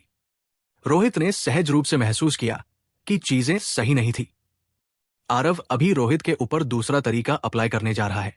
अभी रोहित ये नहीं पहचान पा रहा था कि आरव का असली शरीर कौन सा है, इसलिए वो सीधे अपनी हथेली से हवा के साथ उस पार चला जाएगा। अपनी शक्तिशाली शक्ति के साथ चौथे स्तर की आत्मा संघनन क्षेत्र वो सीधे आरव को कुचल देगा। भले ही आरव ने 9 आत्मा तरल बूंदों को संघनित किया हो, फिर भी उनके बीच असमानता बहुत बड़ी थी। अगर उसने इस लाभ का अच्छा उपयोग नहीं किया तो उसके पास आज जीत का बिल्कुल भी मौका नहीं होगा। हेवन फ्लिपिंग पाम में अपने आप में अविश्वसनीय शक्ति थी। झा परिवार की दूसरे स्तर की मार्शल तकनीकों में यह भी एक शिखर अस्तित्व था। आत्मा संघनन क्षेत्र में प्रवेश करने के बाद रोहित को विश्वास था कि वो हेवन फ्लिपिंग पाम पर भरोसा करके 5वें स्तर के आत्मा संघनन क्षेत्र के मार्शल कलाकारों को कुचल सकता है। रोहित वास्तव में एक प्रतिभाशाली व्यक्ति था। उसके पास महत्वपूर्ण परिस्थितियों में होने का समृद्ध अनुभव भी था और वह उन फूलों की तरह नहीं था जो ग्रीन हाउस में उगते हैं। लेकिन दुख की बात यह है, उसकी मुलाकात आरव से हुई। जैसे ही वो हेवन फ्लिपिंग पाम को छोड़ने के लिए तैयार हुआ, उसका दिमाग अचानक खाली हो गया। उसकी दिव्य आत्मा एक अव्यवस्थित और धुंधली अवस्था में डूब गई। हालांकि रोहित ने तेजी से होश में आ गया, सिवाय इसके कि जब विशेषज्ञ वार का आदान प्रदान करते हैं तो देरी का वो क्षण घातक होने के लिए पर्याप्त होता है। 9 तलवारों की किरणें सीटी बजाती हुई रोहित के सामने चमकती हुई आई। रोहित को इस समय ही होश आया। बचाव के लिए अपनी ताकत को प्रसारित करने के लिए पहले ही बहुत देर हो चुकी थी। स्वूश स्वूश स्वूश 9 तलवारों की किरणों ने रोहित के शरीर पर जोरदार प्रहार किया और तुरंत उसकी सुरक्षात्मक सार ऊर्जा को तोड़ दिया, जिससे उसके आंतरिक अंग नष्ट हो गए। क्या हुआ? यह रोहित के दिमाग में आया आखिरी विचार था, लेकिन ये वो कभी नहीं जान पाएगा। गोमती ने जोर से निगला और कुछ प्यास महसूस की। आखिर अभी क्या हुआ, वह भी वास्तव में जानना चाहती थी। अभी उस अंतिम क्षण में रोहित स्पष्ट रूप से थोड़ा हिचकिचाया। बस उस छोटे से क्षण ने उसकी जान ले ली। लेकिन उस तरह के जीवन और मृत्यु के मोड़ पर वो क्यों डगमगाया? क्या ये आत्महत्या करने से अलग था? गौतमी जानती थी कि ये निश्चित रूप से कुछ ऐसा था जो आरव ने किया था, लेकिन वो नहीं जानती थी कि उसने कौन सा तरीका अपनाया।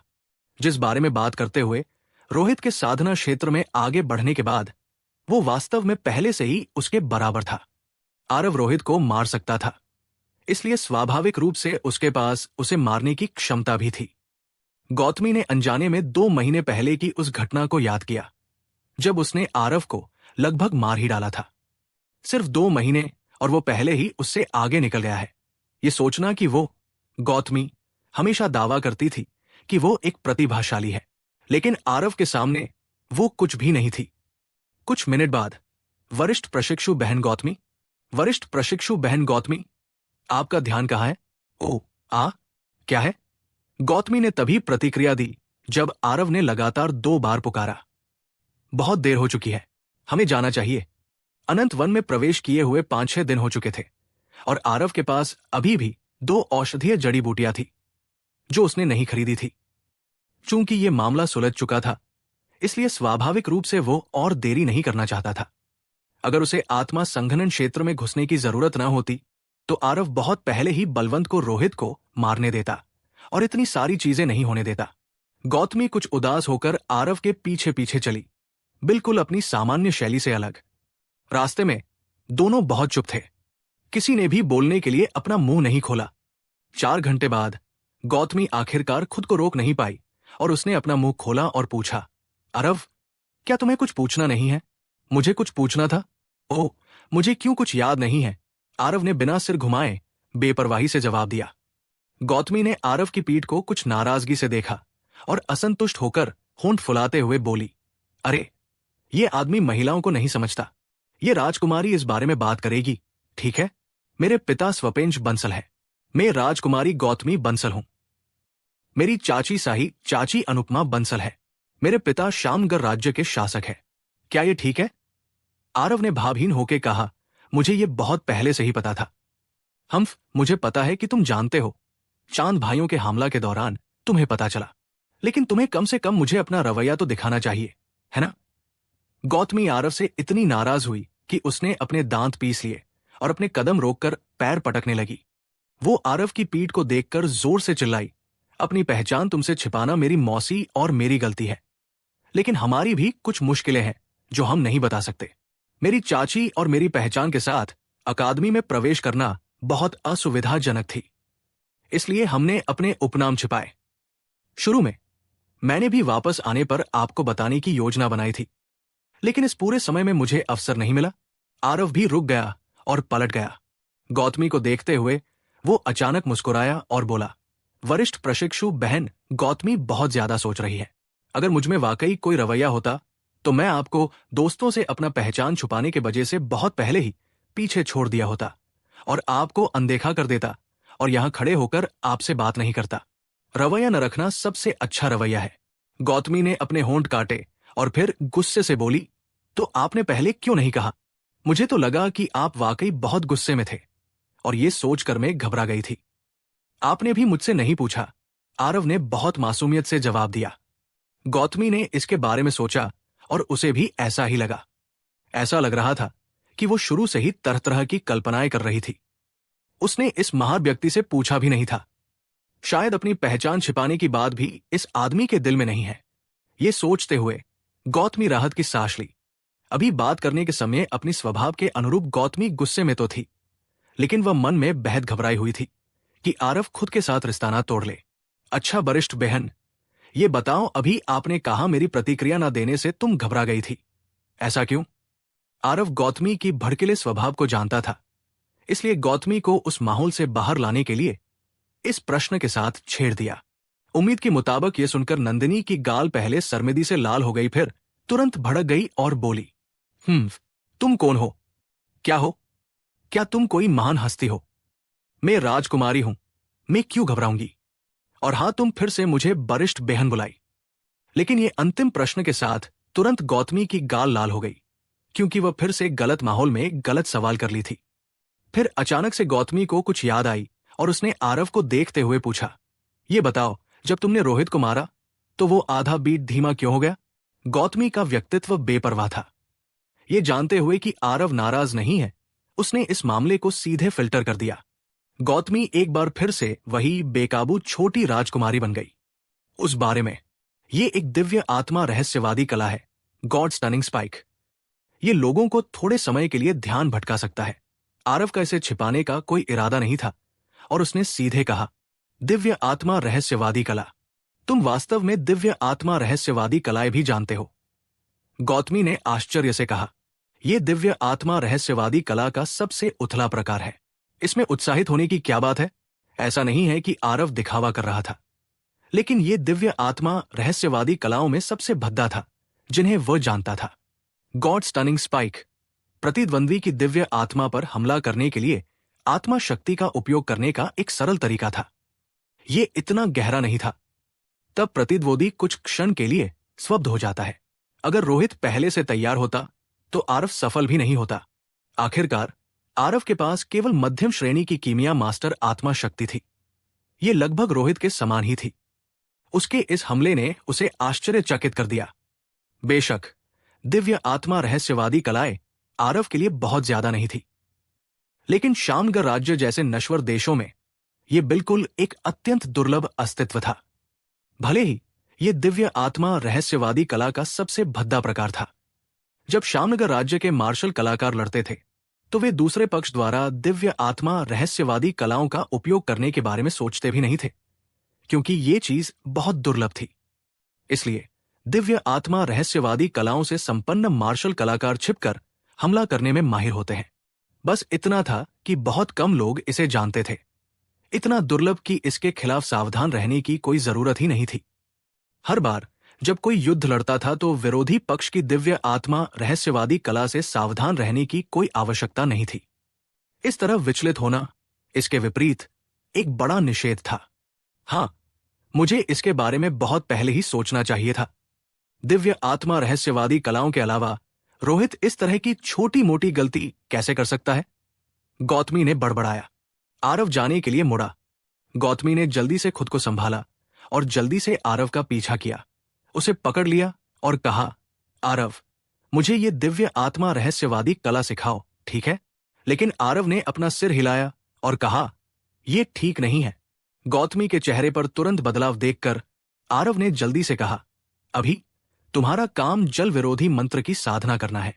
अन्य मामलों में समय बर्बाद करने से तुम्हारी साधना में देरी ही होगी। तुम्हारा जल विरोधी मंत्र पूरा होने के बाद मैं तुम्हें इससे भी अधिक शक्तिशाली मंत्र सिखाऊंगा।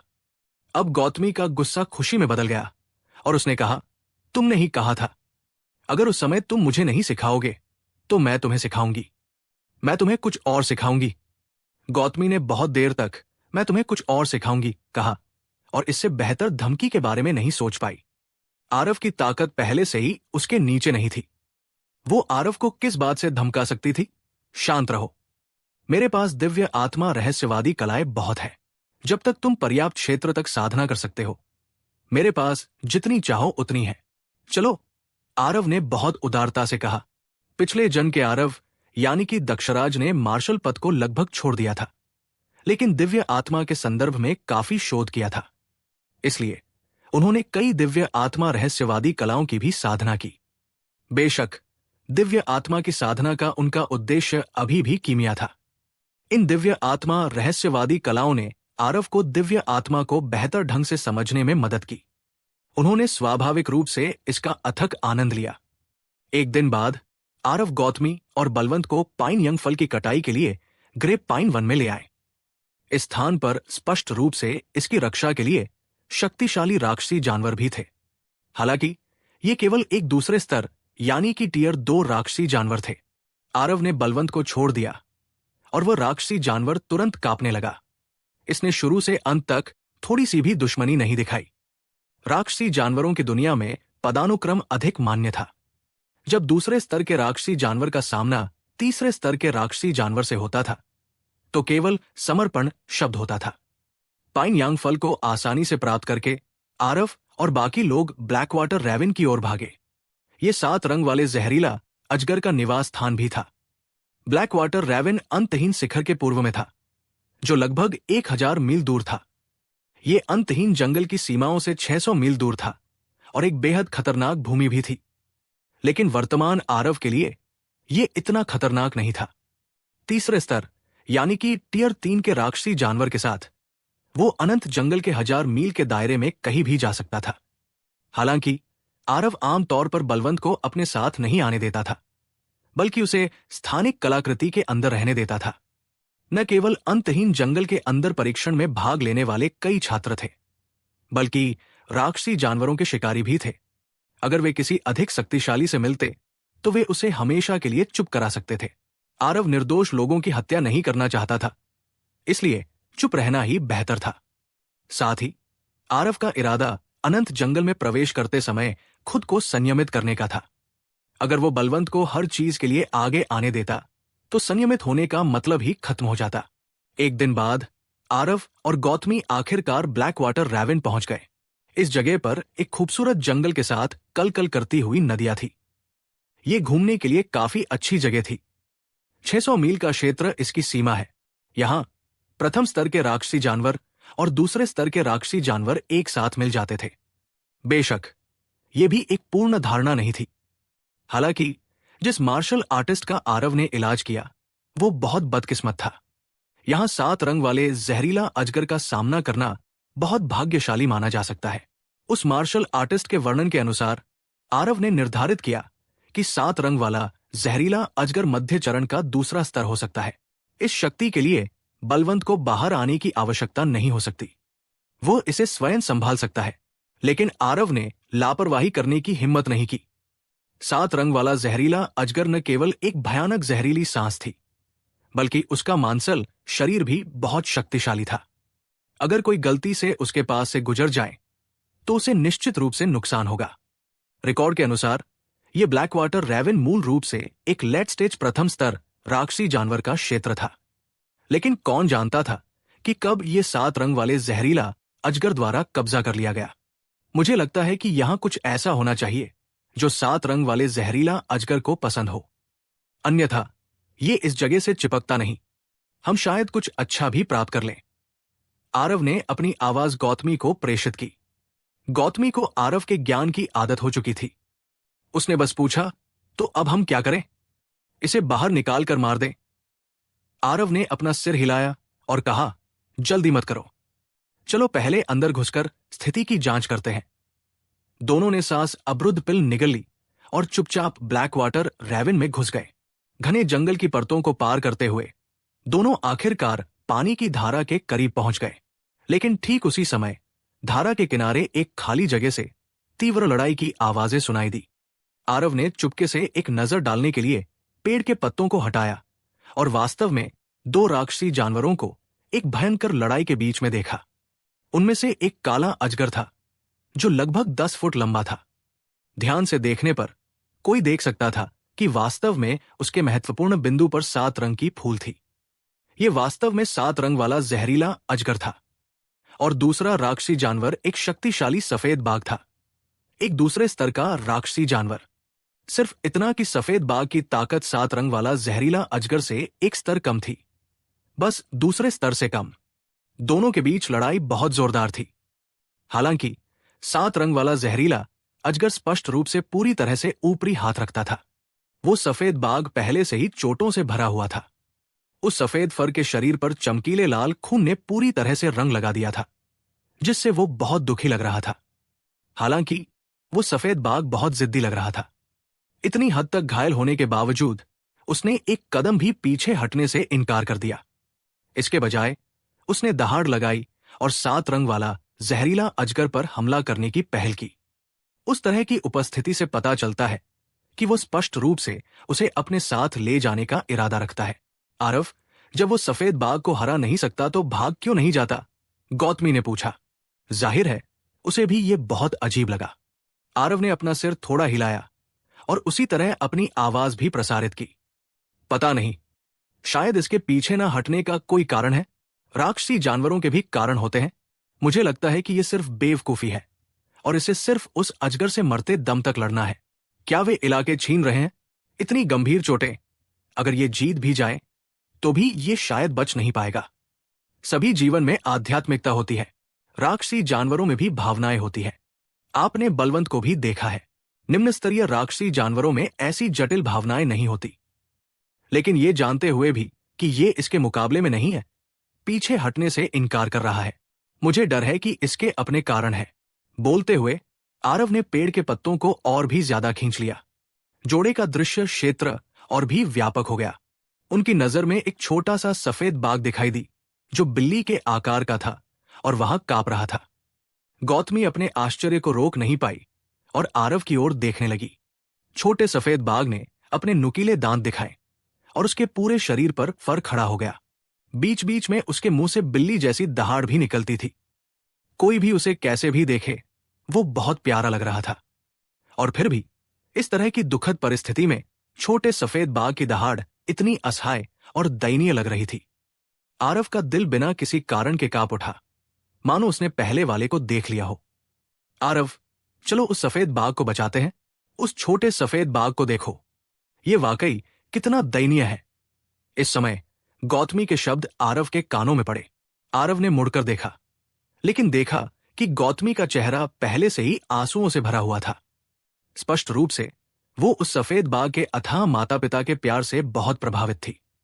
ऐसी स्थिति में यह स्पष्ट था कि सफेद बाघ और 7 रंग वाले जहरीला अजगर के बीच तब तक लड़ने का इंतजार करना सबसे अच्छा होगा जब तक कि दोनों बुरी तरह घायल न हो जाएं। लेकिन आरव वास्तव में ऐसा नहीं कर सकता था। आरव ने कुछ नहीं कहा। उसने बस धीरे से सिर हिलाया और कांगुआ तलवार निकालकर गौतमी से कहा, 7 रंग वाले जहरीला अजगर की कमजोरी ये 7 रंग का फूल है। ये ऊंची जमीन है, घात लगाने के लिए बढ़िया जगह है। मैं नीचे जाकर उसे यहां फुसलाऊंगा। तुम उसे एक ही झटके में मार डालने का मौका ढूंढोगे। गौतमी ने पूरी ताकत से सिर हिलाया। उस समय उसके अंदर भी उस अजगर के प्रति प्रबल आक्रोश भरा हुआ था। इस समय काला अजगर और सफेद बाघ भीषण युद्ध के नशे में चूर थे। सफेद बाघ को बार बार झटके लगे, लेकिन वो एक कदम भी पीछे नहीं हटा। सफेद बाघ पहले से ही अपनी उड़ान के अंत में एक तीर की तरह था। उसे बस एक जुनून पर निर्भर रहना था कि वो मजबूती से टिका रहे और गिर न जाए। उस काले अजगर ने एक छेद पर ताला लगा दिया और अचानक आगे की ओर उछला, सीधे सफेद बाघ के निचले जबड़े को निशाना बनाया। सफेद बाघ की हरकतें अब काले अजगर के साथ बिल्कुल भी तालमेल नहीं रख पा रही थी। अगर अजगर काटता तो सफेद बाघ बिना किसी संदेह के मर जाता। ठीक इसी समय एक सफेद रोशनी ने बिजली की गति से काले अजगर के चेहरे पर हमला किया। यह बहुत अचानक हुआ। काला अजगर इस पर बिल्कुल भी प्रतिक्रिया करने में असमर्थ था। सफेद रोशनी सीधे उसकी आंख पर लगी। फस! काले अजगर की आंखें तुरंत खून से लथपथ हो गई। एक भयानक तीखी चीख निकली। काला अजगर दर्द से जमीन पर लोटने लगा। उसका विशाल शरीर बिना रुके मुड़ रहा था और उसकी पूंछ हमला करने की शक्ति से बेतरतीब ढंग से इधर उधर घूम रही थी। इस समय आरव की भी हिम्मत नहीं हुई कि वो जल्दी से दौड़े। उसने मरते हुए सफेद बाघ को बस एक नजर देखा। सफेद बाघ ने कृतज्ञता से आरव की ओर देखा। छोटे सफेद बाघ ने देखा कि काले अजगर को चोटें लगी हैं और हिम्मत जुटाकर वो अपनी मां के पास आ गया। उसने अपनी छोटी जीभ से अपनी मां के घावों को सहलाया और बीच बीच में पीड़ा भरी आवाज निकाली, जिससे ऐसा लगा कि वो बहुत दुखी है। हालांकि ये दृश्य बहुत देर तक नहीं चला। काला अजगर अपने दर्द से उठा और कर्कश चीख से संकेत मिला कि वो इस समय बहुत क्रोधित है। काले अजगर ने अपनी बची हुई आंख से आरव को घूरा, लेकिन आरव ने बस मुस्कुराते हुए उसे देखा और अपनी उंगली भी टेढ़ी की, जो बहुत ही तिरस्कारपूर्ण लग रहा था। वो 7 रंग वाला जहरीला अजगर स्थिति को देखकर और भी ज्यादा क्रोधित हो गया। एक झटके के साथ वो गायब हो गया। आरव बहुत पहले से तैयार था और स्वाभाविक रूप से वो सफलतापूर्वक घात नहीं लगा सकता था। इसी तरह एक पल की चमक के साथ आरव वही गायब हो गया। उस काले अजगर ने हवा में वार किया, बड़ा बेवकूफ सांप, मैं यहां हूं। आरव ने एक बार फिर दूसरी तरफ काले अजगर पर अपनी उंगली टेढ़ी की। 7 रंग वाला जहरीला अजगर आरव की बात समझ गया। वो एक बार फिर बेतहाशा आरव की ओर दौड़ा। आरव की चाल 7 रंग वाला जहरीला अजगर से ज्यादा धीमी नहीं थी। वो एक बार फिर चकमा देकर भाग गया। इसे 2 बार दोहराने के बाद जब तक आरव एक बार और चकमा देता, 7 रंग वाला जहरीला अजगर उस जगह पहुंच जाता जहां गौतमी घात लगाए बैठी थी। गौतमी भी अपनी तलवार तेज कर रही थी और काले अजगर के महत्वपूर्ण बिंदु पर 7 रंग के फूल को घूर रही थी। आरव चकमा देकर घात के दायरे में घुस गया। जैसे ही उसने एक बार फिर काले अजगर को चिढ़ाया और गौतमी हमला करने की कगार पर थी, काला अजगर वास्तव में हिचकिचाया, लानत है, ये काला अजगर स्वभावतः चालाक है। इसे वास्तव में मेरे कार्यों पर संदेह हो गया है। आरव ने मन ही मन कोसा। कांगुआ तलवार हिली और तलवार की एक किरण फिर से निकली। सिवाय इसके कि जो काला अजगर तैयार था वो इतनी आसानी से नहीं मारा जा सकता था। उसने अपने शरीर को हिलाकर उसे बचा लिया। बस इतना हुआ कि काला अजगर चकमा देने के बाद भी इधर नहीं आया। आरव के मन में एक बुरा पूर्वाभास पैदा हुआ। वास्तव में काला अजगर अचानक पलटा और वास्तव में सफेद बाघ की ओर दौड़ा। लानत है, आरव ने मन ही मन गाली दी और अपनी तलवार से उसका पीछा किया। गौतमी बहुत देर तक घात लगाए बैठी रही, लेकिन वो काला अजगर भाग गया। वो बहुत उदास महसूस कर रही थी। हालांकि इस समय उसका घात के पोजीशन में रहना ज्यादा मायने नहीं रखता था। एक बड़े कदम के साथ वो भी उसका पीछा करने लगी। ये काला अजगर असामान्य रूप से चालाक था। हालांकि इसने आरव को अपनी पीठ दिखा दी थी, लेकिन ये इधर उधर घूम रहा था। सटीक निशाना लगाने का कोई तरीका नहीं था। आरव ने एक ही बार में कई तलवारें चलाईं और वो बच गया। पलक झपकते ही काला अजगर सफेद बाघ से सिर्फ कुछ दर्जन मीटर दूर रह गया। ये दूरी उसके लिए महज एक मामूली बात थी। सफेद बाघ इस समय पहले से ही मौत के कगार पर था। अभी अभी हुई उस भयंकर शक्ति के विस्फोट के बाद वो अब और शक्ति नहीं जुटा सकता था। ये शुरू से ही काले अजगर का मुकाबला नहीं था और कई बार काले अजगर ने इसे काटा भी था। इस समय ये न केवल घावों से भरा हुआ था, बल्कि ये पहले से ही बहुत जहरीला था। इसमें प्रतिरोध करने की ताकत कैसे हो सकती थी? काले अजगर को झपटते देख सफेद बाघ की आंखों में निराशा झलक रही थी।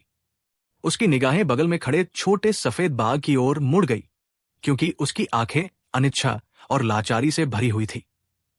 छोटा सफेद बाघ इस समय उतना डरा हुआ नहीं लग रहा था जितना कि वो पहले दिख रहा था। इसके बजाय वो गुर्रा रहा था, काले अजगर पर अपने दांत दिखा रहा था और अपने पंजे हिला रहा था। ये आचरण काफी प्रभावशाली था, लेकिन दुख की बात है कि ये बहुत कमजोर और छोटा था। जब गौतमी ने स्थिति देखी तो वो बहुत चिंतित हो गई। तलवार की किरणों की एक श्रृंखला उस पर चली। बस ये था कि उसकी तलवार की किरणें आरव की तुलना में बहुत कमजोर थी। अगर कभी कभी कुछ किरणें काले अजगर के शरीर पर गिरती भी थी तो न तो उसे चोट लगती थी और न ही कुछ होती थी। आरव को पता था कि बहुत देर हो चुकी थी। उसने तुरंत अपने दांत पीस लिए। बस यही चाल है, छोटा सफेद बाघ, अगर मैं नाकामयाब रहा तो मुझे दोष मत देना। एक विचार में आरव ने हल्के से कांगुआ तलवार को हवा में उछाला और फिर अपने दोनों हाथों को एक साथ जोड़कर तलवार बनाई। उसे कांगुआ तलवार की ओर इशारा किया। सार ऊर्जा के चारों ओर लिपटी आत्मा शक्ति की एक किरण उंगलियों से निकलकर सीधे कांगुआ तलवार में घुस गई। बस ऐसे ही कांगुआ तलवार वास्तव में हवा में लटक गई। तलवार चलाने की तकनीक। जाओ, आरव ने एक हाथ से इशारा किया। कांगुआ तलवार बहते हुए प्रकाश की एक लकीर में बदल गई, जो सीधे काले अजगर को भेदती हुई बाहर निकली। काले अजगर को कुछ महसूस हुआ। छोटे सफेद बाघ की ओर झपटने की उसकी गति धीमी हो गई, लेकिन उसके शरीर की हरकतें और भी स्पष्ट हो गई और उसे पहचानना और भी मुश्किल हो गया। कांगुआ तलवार की गति आरव द्वारा पहले छोड़ी गई तलवार की किरणों से भी अधिक थी। फिर भी ये तलवार फिर भी चूक गई। काले अजगर ने एक बार फिर से भयानक कर्कश चीख निकाली, मानो वो जीत की घोषणा कर रहा हो। आरव का चेहरा भावहीन रहा। उसकी उंगली फिर से पीछे की ओर खिंच गई। कांगुआ तलवार ने तेजी से हवा में एक अकेली रेखा खींची और बहती हुई रोशनी की एक लकीर में बदल गई, जो एक बार फिर काले अजगर की ओर बढ़ रही थी। इस बार क्योंकि कांगुआ तलवार काले अजगर के बहुत करीब थी, काले अजगर को उम्मीद नहीं थी कि ये तलवार चलने के बाद वास्तव में वापस आ सकती है। अचानक पकड़े जाने पर आरव ने उसे छेद दिया। काला अजगर एक बार फिर से पीड़ा में जमीन पर लौटने लगा, लेकिन वो तुरंत नहीं मरा। इस तलवार ने उसके महत्वपूर्ण अंगों पर वार नहीं किया। वरिष्ठ प्रशिक्षु बहन, जल्दी से जाओ और वार करो। आरव ने अपने दांत भींचे और चिल्लाया। एक झटके के साथ कांगुआ तलवार जमीन पर गिर गई। आरव भी जमीन पर झुका हुआ बैठा था। उसका पूरा शरीर पूरी तरह से थक गया था। तभी गौतमी अपने आश्चर्य से उभरी और जल्दी से अपनी तलवार घुमाई और ब्लेड से वार किया। हालांकि गौतमी के पास पहुंचने से पहले ही काले अजगर की पूंछ आर्व के ओर जा रही थी, लगभग उसे मारने के लिए। गौतमी बहुत चिंतित थी। उसने उम्मीद नहीं की थी कि इस काले अजगर की जीवन शक्ति वास्तव में इतनी दृढ़ थी। वो वास्तव में क्षण भर के लिए पास जाने में असमर्थ थी। तभी सफेद रोशनी की एक लकीर चमक उठी। आरव और गौतमी दोनों ही आंखें फाड़े इस दृश्य को अविश्वास से देखते रहे। छोटा सफेद बाघ बिजली की तरह काले अजगर के महत्वपूर्ण स्थान पर पहुंचा, उस 7 रंग के फूल पर झपट पड़ा और उसे काट लिया। खुद काले अजगर ने भी नहीं सोचा था कि इसकी ध्यान दूसरी और होने के समय ये छोटा सफेद बाघ वास्तव में उसके दुर्भाग्य का फायदा उठाकर उससे फायदा उठाएगा। इसके अलावा वो किसी और जगह काट सकता था, फिर भी उसे सिर्फ उसके महत्वपूर्ण स्थान पर काटना था। ये जानलेवा था। काले अजगर ने उस छोटे सफेद बाघ को झटकने की कोशिश में बार बार अपना शरीर हिलाया। हालांकि छोटे सफेद बाघ के दांत उस 7 रंग के फूल पर मजबूती से टिके हुए थे और उसे छोड़ने से इनकार कर रहे थे। चाहे काला अजगर कितना भी हिले, वो ढीला नहीं हुआ। शुरू में काले अजगर के महत्वपूर्ण स्थान पर काटा गया था। वो पहले से ही अपनी पूरी ताकत का 10वां हिस्सा भी नहीं लगा पा रहा था। आरव द्वारा दिए गए घावों के साथ साथ सफेद बाघ से लड़ने से लगी चोटों के कारण वो कुछ समय बाद और हिल नहीं पाता था।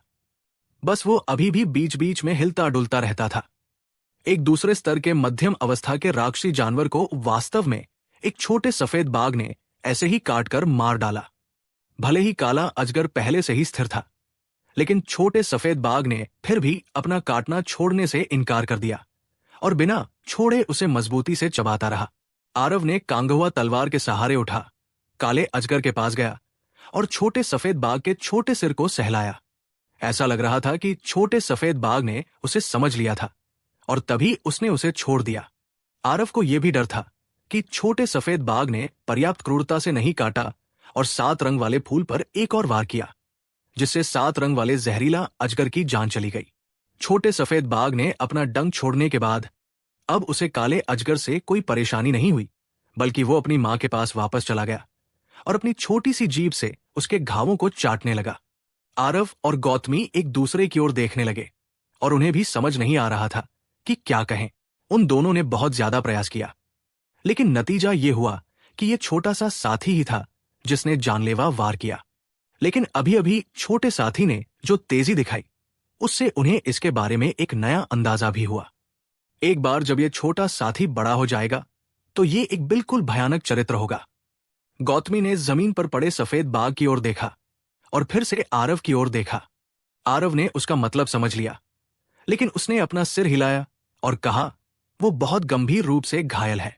इसके अलावा उसे 7 रंग वाला जहरीला अजगर ने भी जहर दिया है। मैं पहले से ही कुछ नहीं कर सकता। गौतमी ने हार मानने का कोई संकेत दिए बिना कहा, क्या आप बहुत सारी औषधीय गोलियां नहीं लाए हैं?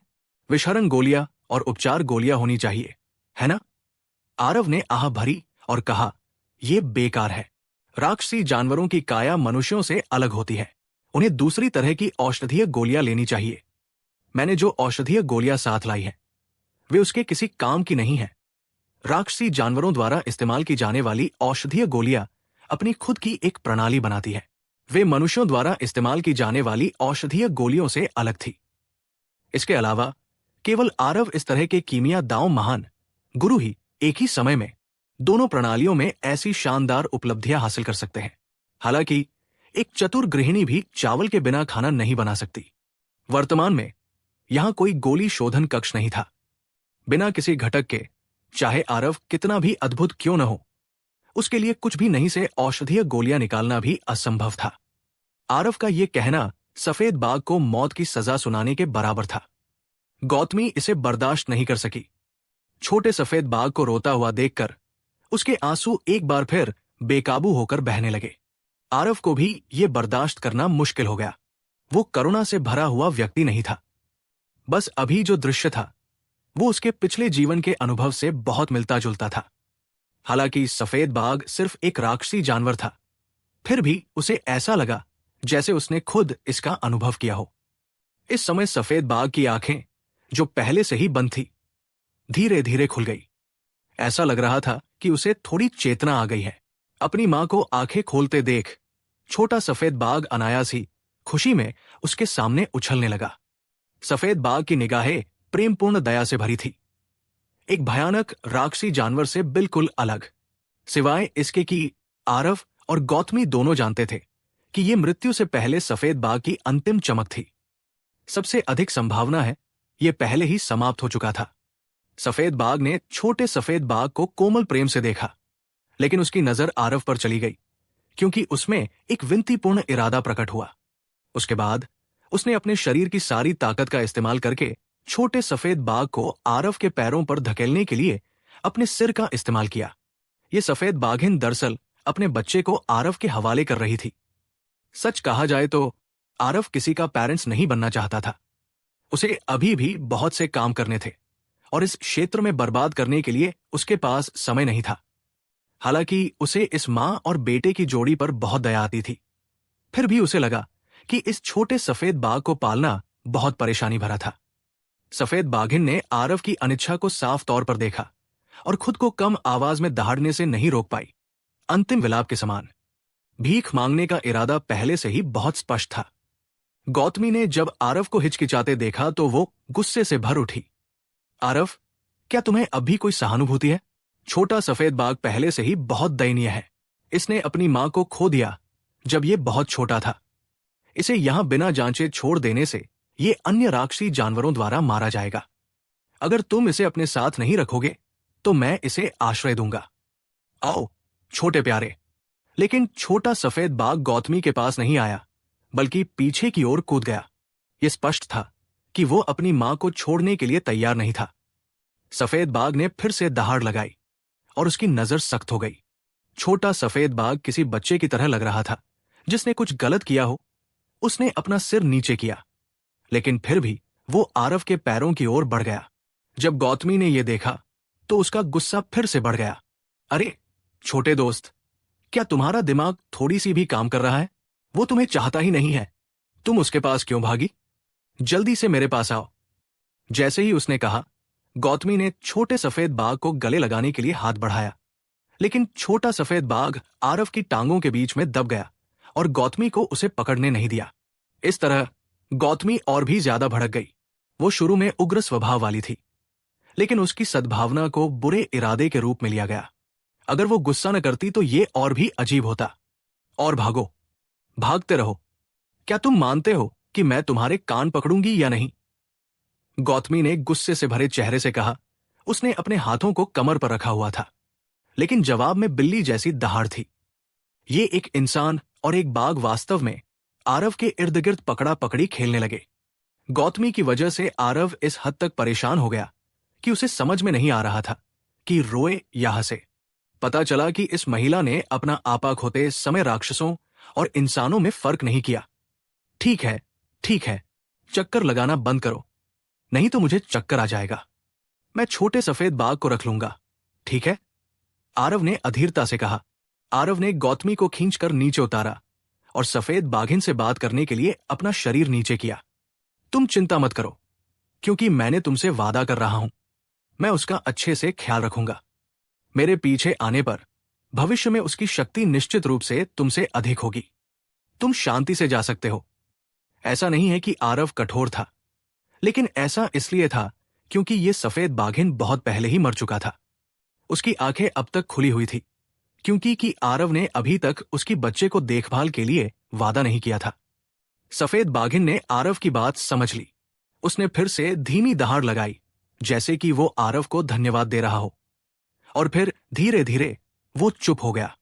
छोटे सफेद बाघ ने भी कुछ महसूस किया। वो अपनी मां के पास आते ही विलाप करने लगा।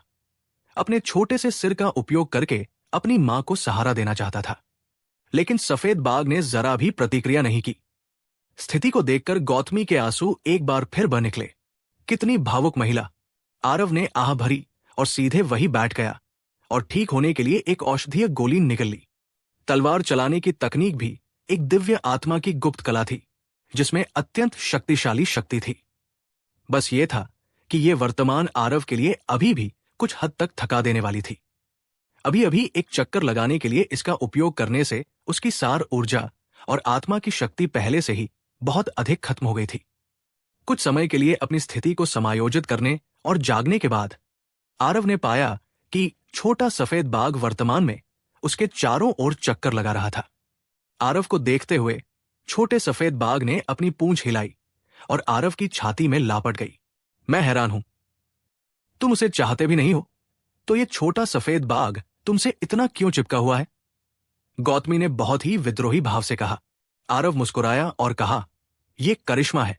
मैं एक सम्राट के आचरण के साथ पैदा हुआ था और अनगिनत लोगों को अपने पीछे आने के लिए आकर्षित कर सकता हूं। ये छोटा सफेद बाघ सामान्य नहीं है। जैसे ही आरव अपना बिगुल बजा रहा था, उनकी अभिव्यक्ति बदल गई। ये क्या है? क्या छोटे सफेद बाघ में कुछ गड़बड़ है? गौतमी का दिल तेजी से धड़क रहा था और उसने जल्दी से पूछा। आरव ने उससे कोई जवाब नहीं दिया और सिर्फ छोटे सफेद बाघ को कई बार पलट पलट कर देखा और जांच करने के लिए दिव्य ज्ञान का भी इस्तेमाल किया। उसका चेहरा और भी गंभीर होता जा रहा था। गौतमी एक बेचैन महिला थी। आरव को इतने लंबे समय तक इधर उधर घूमते और कुछ भी न कहते हुए देखकर और उसका चेहरा और भी बदसूरत होता देख, वो बेचैनी से पूछने से खुद को नहीं रोक पाई। आखिर क्या हो रहा है? बताओ, सच में तुम मेरी जान ले लोगे?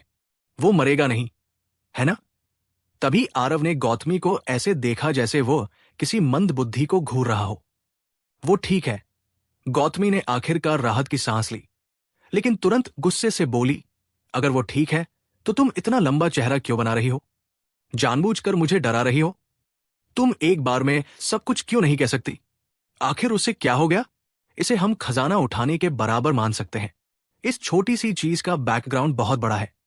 आरव ने अपनी गंभीर अभिव्यक्ति को दूर रखा और कहते हुए काफी उत्साहित लग रहे थे। बहुत बड़ा बैकग्राउंड? क्या ये सिर्फ एक छोटा सा सफेद बाघ नहीं है? इसका बैकग्राउंड क्या हो सकता है? अगर इसका समर्थन है तो एक बड़े काले अजगर ने इसे इतना मजबूर क्यों किया? गौतमी ने संदेह से पूछा। उसने बाएं और दाएं देखा और ये नहीं देख पाई कि इस छोटे से सफेद बाघ का कौन सा पहलू असाधारण था। आरव ने आह भरी और कहा, मैंने तुम्हें कितनी बार कहा है, ज्ञान ही शक्ति है। अब तक तुम्हारी कोई प्रगति क्यों नहीं हुई?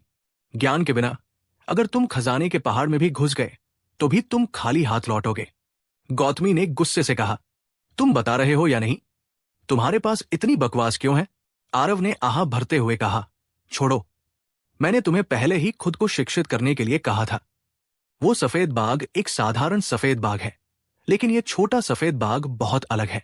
क्या तुमने कभी 4 महान दिव्य जानवरों के बारे में सुना है? बेशक मैंने इसके बारे में पहले भी सुना है। पूर्वी नीला ड्रैगन, पश्चिमी सफेद।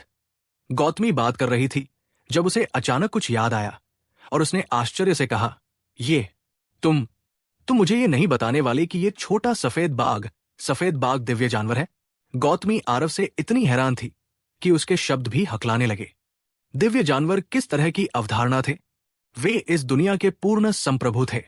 दिव्य जानवर का बंसावली रखने वाला जानवर, ये एक ऐसा अस्तित्व था जो निश्चित रूप से भविष्य में देवता क्षेत्र में कदम रखेगा, बशर्ते कि ये मर न जाए। आरव ने लापरवाही से एक छोटा सा सफेद बाघ उठाया और ये पश्चिम का शासक सफेद बाघ दिव्य जानवर था? क्या तुम मजाक कर रहे हो? लेकिन आरव ने हंसते हुए कहा, शायद वो कोई दिव्य जानवर नहीं है।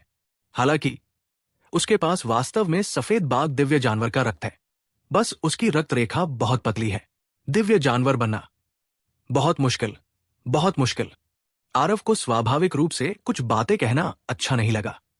दिव्य क्षेत्र में कई राक्षसी जानवर थे जिनके पास दिव्य जानवर का रक्त था। यह सिर्फ इतना था कि आज सच्चा शुद्ध रक्त वाला दिव्य जानवर का रक्त नहीं पाया जा सकता था, क्योंकि स्वर्ग और पृथ्वी के इस विस्तार में अब देवता क्षेत्र का अस्तित्व नहीं था। स्वाभाविक रूप से दिव्य जानवरों का कोई अस्तित्व भी नहीं था। एक फीकी दिव्य जानवर वंश परंपरा होने के कारण भविष्य की उपलब्धियां निश्चित रूप से असाधारण होंगी। जब तक वंश परंपरा की शक्ति पर्याप्त है, दानव सम्राट क्षेत्र में प्रवेश करना लगभग निश्चित था। दानव सम्राट क्षेत्र मानव दिव्य राजा क्षेत्र के बराबर था। साथ ही अधिकांश दिव्य जानवर संतानों में जन्मजात दिव्य क्षमताएं थी। एक बार जब वे दानव सम्राट क्षेत्र में प्रवेश करते तो उनकी शक्ति अविश्वसनीय हो जाती। दिव्य क्षेत्र की सर्वोच्च युद्ध शक्ति के संदर्भ में वास्तव में मनुष्यों और दानव जाति के बीच बहुत अंतर नहीं था। तभी गौतमी ने पूछा, लेकिन अगर उसके पास वास्तव में दिव्य जानवर वंश परंपरा है, भले ही वो दिव्य जानवर न बने तो भी उसे भविष्य में बहुत अद्भुत होना चाहिए, है ना? बिल्कुल। इस छोटे बाघ की बंस का भी एक नाम है जो खुद का है, फ्लोइंग लाइट व्हाइट टाइगर। सफेद बाघ दिव्य जानवर की संतानों की एक शाखा। मुझे वाकई उम्मीद नहीं थी कि एक साधारण सफेद बाघ वास्तव में एक फ्लोइंग लाइट व्हाइट टाइगर को जन्म दे सकता है। ऐसा लगता है कि इस छोटे से साथी की पैतृक उत्पत्ति सरल नहीं है। आरव ने प्रशंसा में आह भरी। Flowing light white tiger? कोई आश्चर्य नहीं कि जब वो पहले इस काले अजगर को मारना चाहता था तो उसकी गति इतनी तेज थी, वास्तव में फ्लोइंग लाइट के एक बंडल के समान। हाँ, फ्लोइंग लाइट व्हाइट टाइगर अपनी गति के लिए प्रसिद्ध है। एक परिपक्व फ्लोइंग लाइट व्हाइट टाइगर में न्यूनतम 5वें स्तर की राक्षसी जानवर की शक्ति होती है। उस बिंदु पर उसकी गति की तुलना उड़ान भरने वाली गहन कलाकृतियों से की जा सकती है, आरव ने समझाया। इतना अविश्वसनीय? तो हमने एक खजाना उठाया है, गौतमी ने आश्चर्य से कहा। जैसे मैं जानता हूं, यह बाघ जब थोड़ा बड़ा हो जाएगा तुम्हारा बेहद फायदा होगा, क्योंकि आत्मा की कलाकृतियां यानी कि स्पिरिट आर्टिफैक्ट के ऊपर प्रोफाउंड आर्टिफैक्ट यानी कि गहन कलाकृतियां होता है। गहन कलाकृतियों की उड़ान की गति इतनी तेज थी कि यह अकल्पनीय थी। ब्राइट लाइट फ्लोइंग टाइगर की गति की तुलना गहन कलाकृतियों की उड़ान से की जा सकती थी। कोई भी उनकी गति की सीमा को कोई नहीं देख सकता, गौतमी ने कहा। आरव हंसते हुए बोला, तुम बहुत ज्यादा सोच रहे हो। एक फ्लोइंग लाइट व्हाइट टाइगर शिशु से वयस्क होने तक कम से कम 1000 साल लेता है। इतने साल तक मैं वेट नहीं कर सकता हूं, क्योंकि कुछ साल में मैं दिव्य क्षेत्र में चढ़ जाऊंगा। उसको मेरे साथ तालमेल रखने के लिए उसको जल्दी जल्दी ताकत बढ़ाना होगा, लेकिन उसे ज्यादा कुछ चिंता करना नहीं पड़ेगा। तभी आरव आगे और कुछ बोलने वाला था, लेकिन गौतमी ने टोकते हुए कहा, बड़बोले लोग, दिव्य क्षेत्र में जाना है। मैंने कभी दिव्य क्षेत्र के बारे में सुना ही नहीं। ऐसा नहीं है कि गौतमी अज्ञानी थी, बल्कि इसलिए क्योंकि यह स्थान श्यामनगर राज्य बहुत छोटा था। शुरुआती बिंदु व्यक्ति के क्षितिज को निर्धारित करता है। अंतहीन दुनिया के लोग कैसे जान सकते थे कि इस तंरिक्ष में क्षेत्र कैसे विभाजित थे? अगर वे एक निश्चित क्षेत्र तक पहुंच सकते तो उनके क्षितिज स्वाभाविक रूप से विस्तृत हो जाते, फिर वे जान पाते दिव्य क्षेत्र कहाँ है। गौतमी के तिरस्कार की ओर आरव केवल मुस्कुराए, लेकिन उन्होंने कुछ नहीं बताया। वे और गौतमी बस एक ही स्तर पर नहीं थे। स्वाभाविक रूप से संवाद करने का कोई तरीका नहीं था, लेकिन मेरे साथ उसका क्षेत्र शायद बलवंत के क्षेत्र के बराबर हो जाए, शायद 10 साल के भीतर उससे भी आगे निकल जाए। गौतमी ने मुस्कुराते हुए कहा, इतनी जल्दी? तुम फिर से शेख ही नहीं बघा रहे हो, है ना? गौतमी ने अविश्वास में पूछा, तुमने मुझे कब शेख ही बघारते देखा है? इस छोटे से साथी की नींव बलवंत से बहुत बेहतर है। जब तक मैं पूरक के रूप में औषधीय गोलियों का उपयोग करता हूं, तब तक इसकी भविष्य की उपलब्धियां निश्चित रूप से कम नहीं होंगी। इसके अलावा इस छोटे से साथी ने अभी अभी अपनी वंशावली को जगाया है। इसकी भविष्य की साधना गति बहुत तेज होगी, आरव ने समझाया। इस बिंदु के बारे में गौतमी को आरव पर संदेह नहीं था। आरव की कीमिया दांव में उपलब्धियां पहले ही उसकी समझ से परे थी। वो अक्सर ऐसी औषधीय गोलियां निकालता था जिनके बारे में उसने कभी सुना भी नहीं था। साथ ही उसने बलवंत को चौथे स्तर तक पहुंचने का वादा करने की हिम्मत की। यह शायद लापरवाही से नहीं कहा गया था। तो क्या उसके लिए एक छोटे से सफेद बाघ की मदद करना बहुत आसान काम नहीं होगा? ठीक है, मुझे पता है कि तुम कमाल हो। छोटा सफेद बाघ बहुत प्यारा है, क्यों न हम उसका कोई नाम रखें? देखो वो कितना सफेद और रोएदार है, क्यों न उसे वाइटी कहा जाए? गौतमी ने सीधे ही इसका फैसला कर लिया। दहाड़! छोटा सफेद बाघ अपना विरोध दिखाने के लिए एक धीमी बिल्ली जैसी आवाज में दहाड़ा। स्पष्ट रूप से उसे यह नाम पसंद नहीं था। गौतमी ने गुस्से में कहा, अगर तुम्हें यह पसंद नहीं भी है तो भी तुम्हें इसे स्वीकार करना होगा। तुम वाइटी हो। रुको रुको, झगड़ो मत। जब हम अजगर के साथ जुझ रहे थे, इस छोटे ने अंत में बेहद साहसिक काम किया था। तो इसे ब्रेव बुलाते हैं और मैं प्यार से इसे छोटे बुलाऊंगा। क्या ये ठीक है छोटे? आरव छोटे सफेद बाघ से पूछ रहा था। छोटा सफेद बाघ आरव की छाती में झुक गया। यह स्पष्ट था कि उसे इस नाम से मौन स्वीकृति थी। हाँ, तो भविष्य में तुम्हें ब्रेव कहा जाएगा और मैं छोटे बुलाऊंगा। यह पक्का हो गया, आरव ने हंसते हुए कहा। तभी गौतमी ने बाघ के लिए अपना नामकरण अस्वीकार होने के कारण थोड़ा सा मुंह बनाते हुए कहा, ठीक है, मैं भी छोटे बुलाऊंगा। लेकिन यह सुनकर छोटा बाघ गुस्से में घुराया। मतलब गौतमी के छोटे बुलाने से वह नाखुश था। तुम कृतज्ञ बाघ, अभी तुम्हें रखने से पहले कड़ी लड़ाई कौन कर रहा था? यह व्यक्ति तुम्हें छोड़ने के लिए तैयार था। वो अच्छा इंसान नहीं है। फिर भी तुम। गौतमी ने गुस्से से कहा। दहाड़। उसे ब्रेव की गुस्से भरी दहाड़ सुनाई दी। ठीक है, यहां और देर मत करो। हमें अभी भी इस ब्लैक वाटर रेवन के आसपास खोज करनी है। शायद वहां अच्छी चीजें हों। इस 7 रंग वाले जहरीला अजगर ने निश्चित रूप से यहां कुछ ऐसा पाया है जिसके वजह से यहां रुका हुआ था और यहां से नहीं जा रहा था। आरव ने गौतमी के उकसावे को बाधित करते हुए कहा। इस जोड़ी ने सफेद बाघ को रखने के लिए एक जगह ढूंढी और 7 रंग वाले जहरीला ड्रैगन के अंदरूनी हिस्से को भी निकाला जो गोली के लिए जरूरत थी। फिर ब्लैक वाटर रेवन की गहराई में चले गए। तो क्या होने वाला है आगे, क्या लगता है आपको? चलिए सुनते हैं अगले वीडियो में।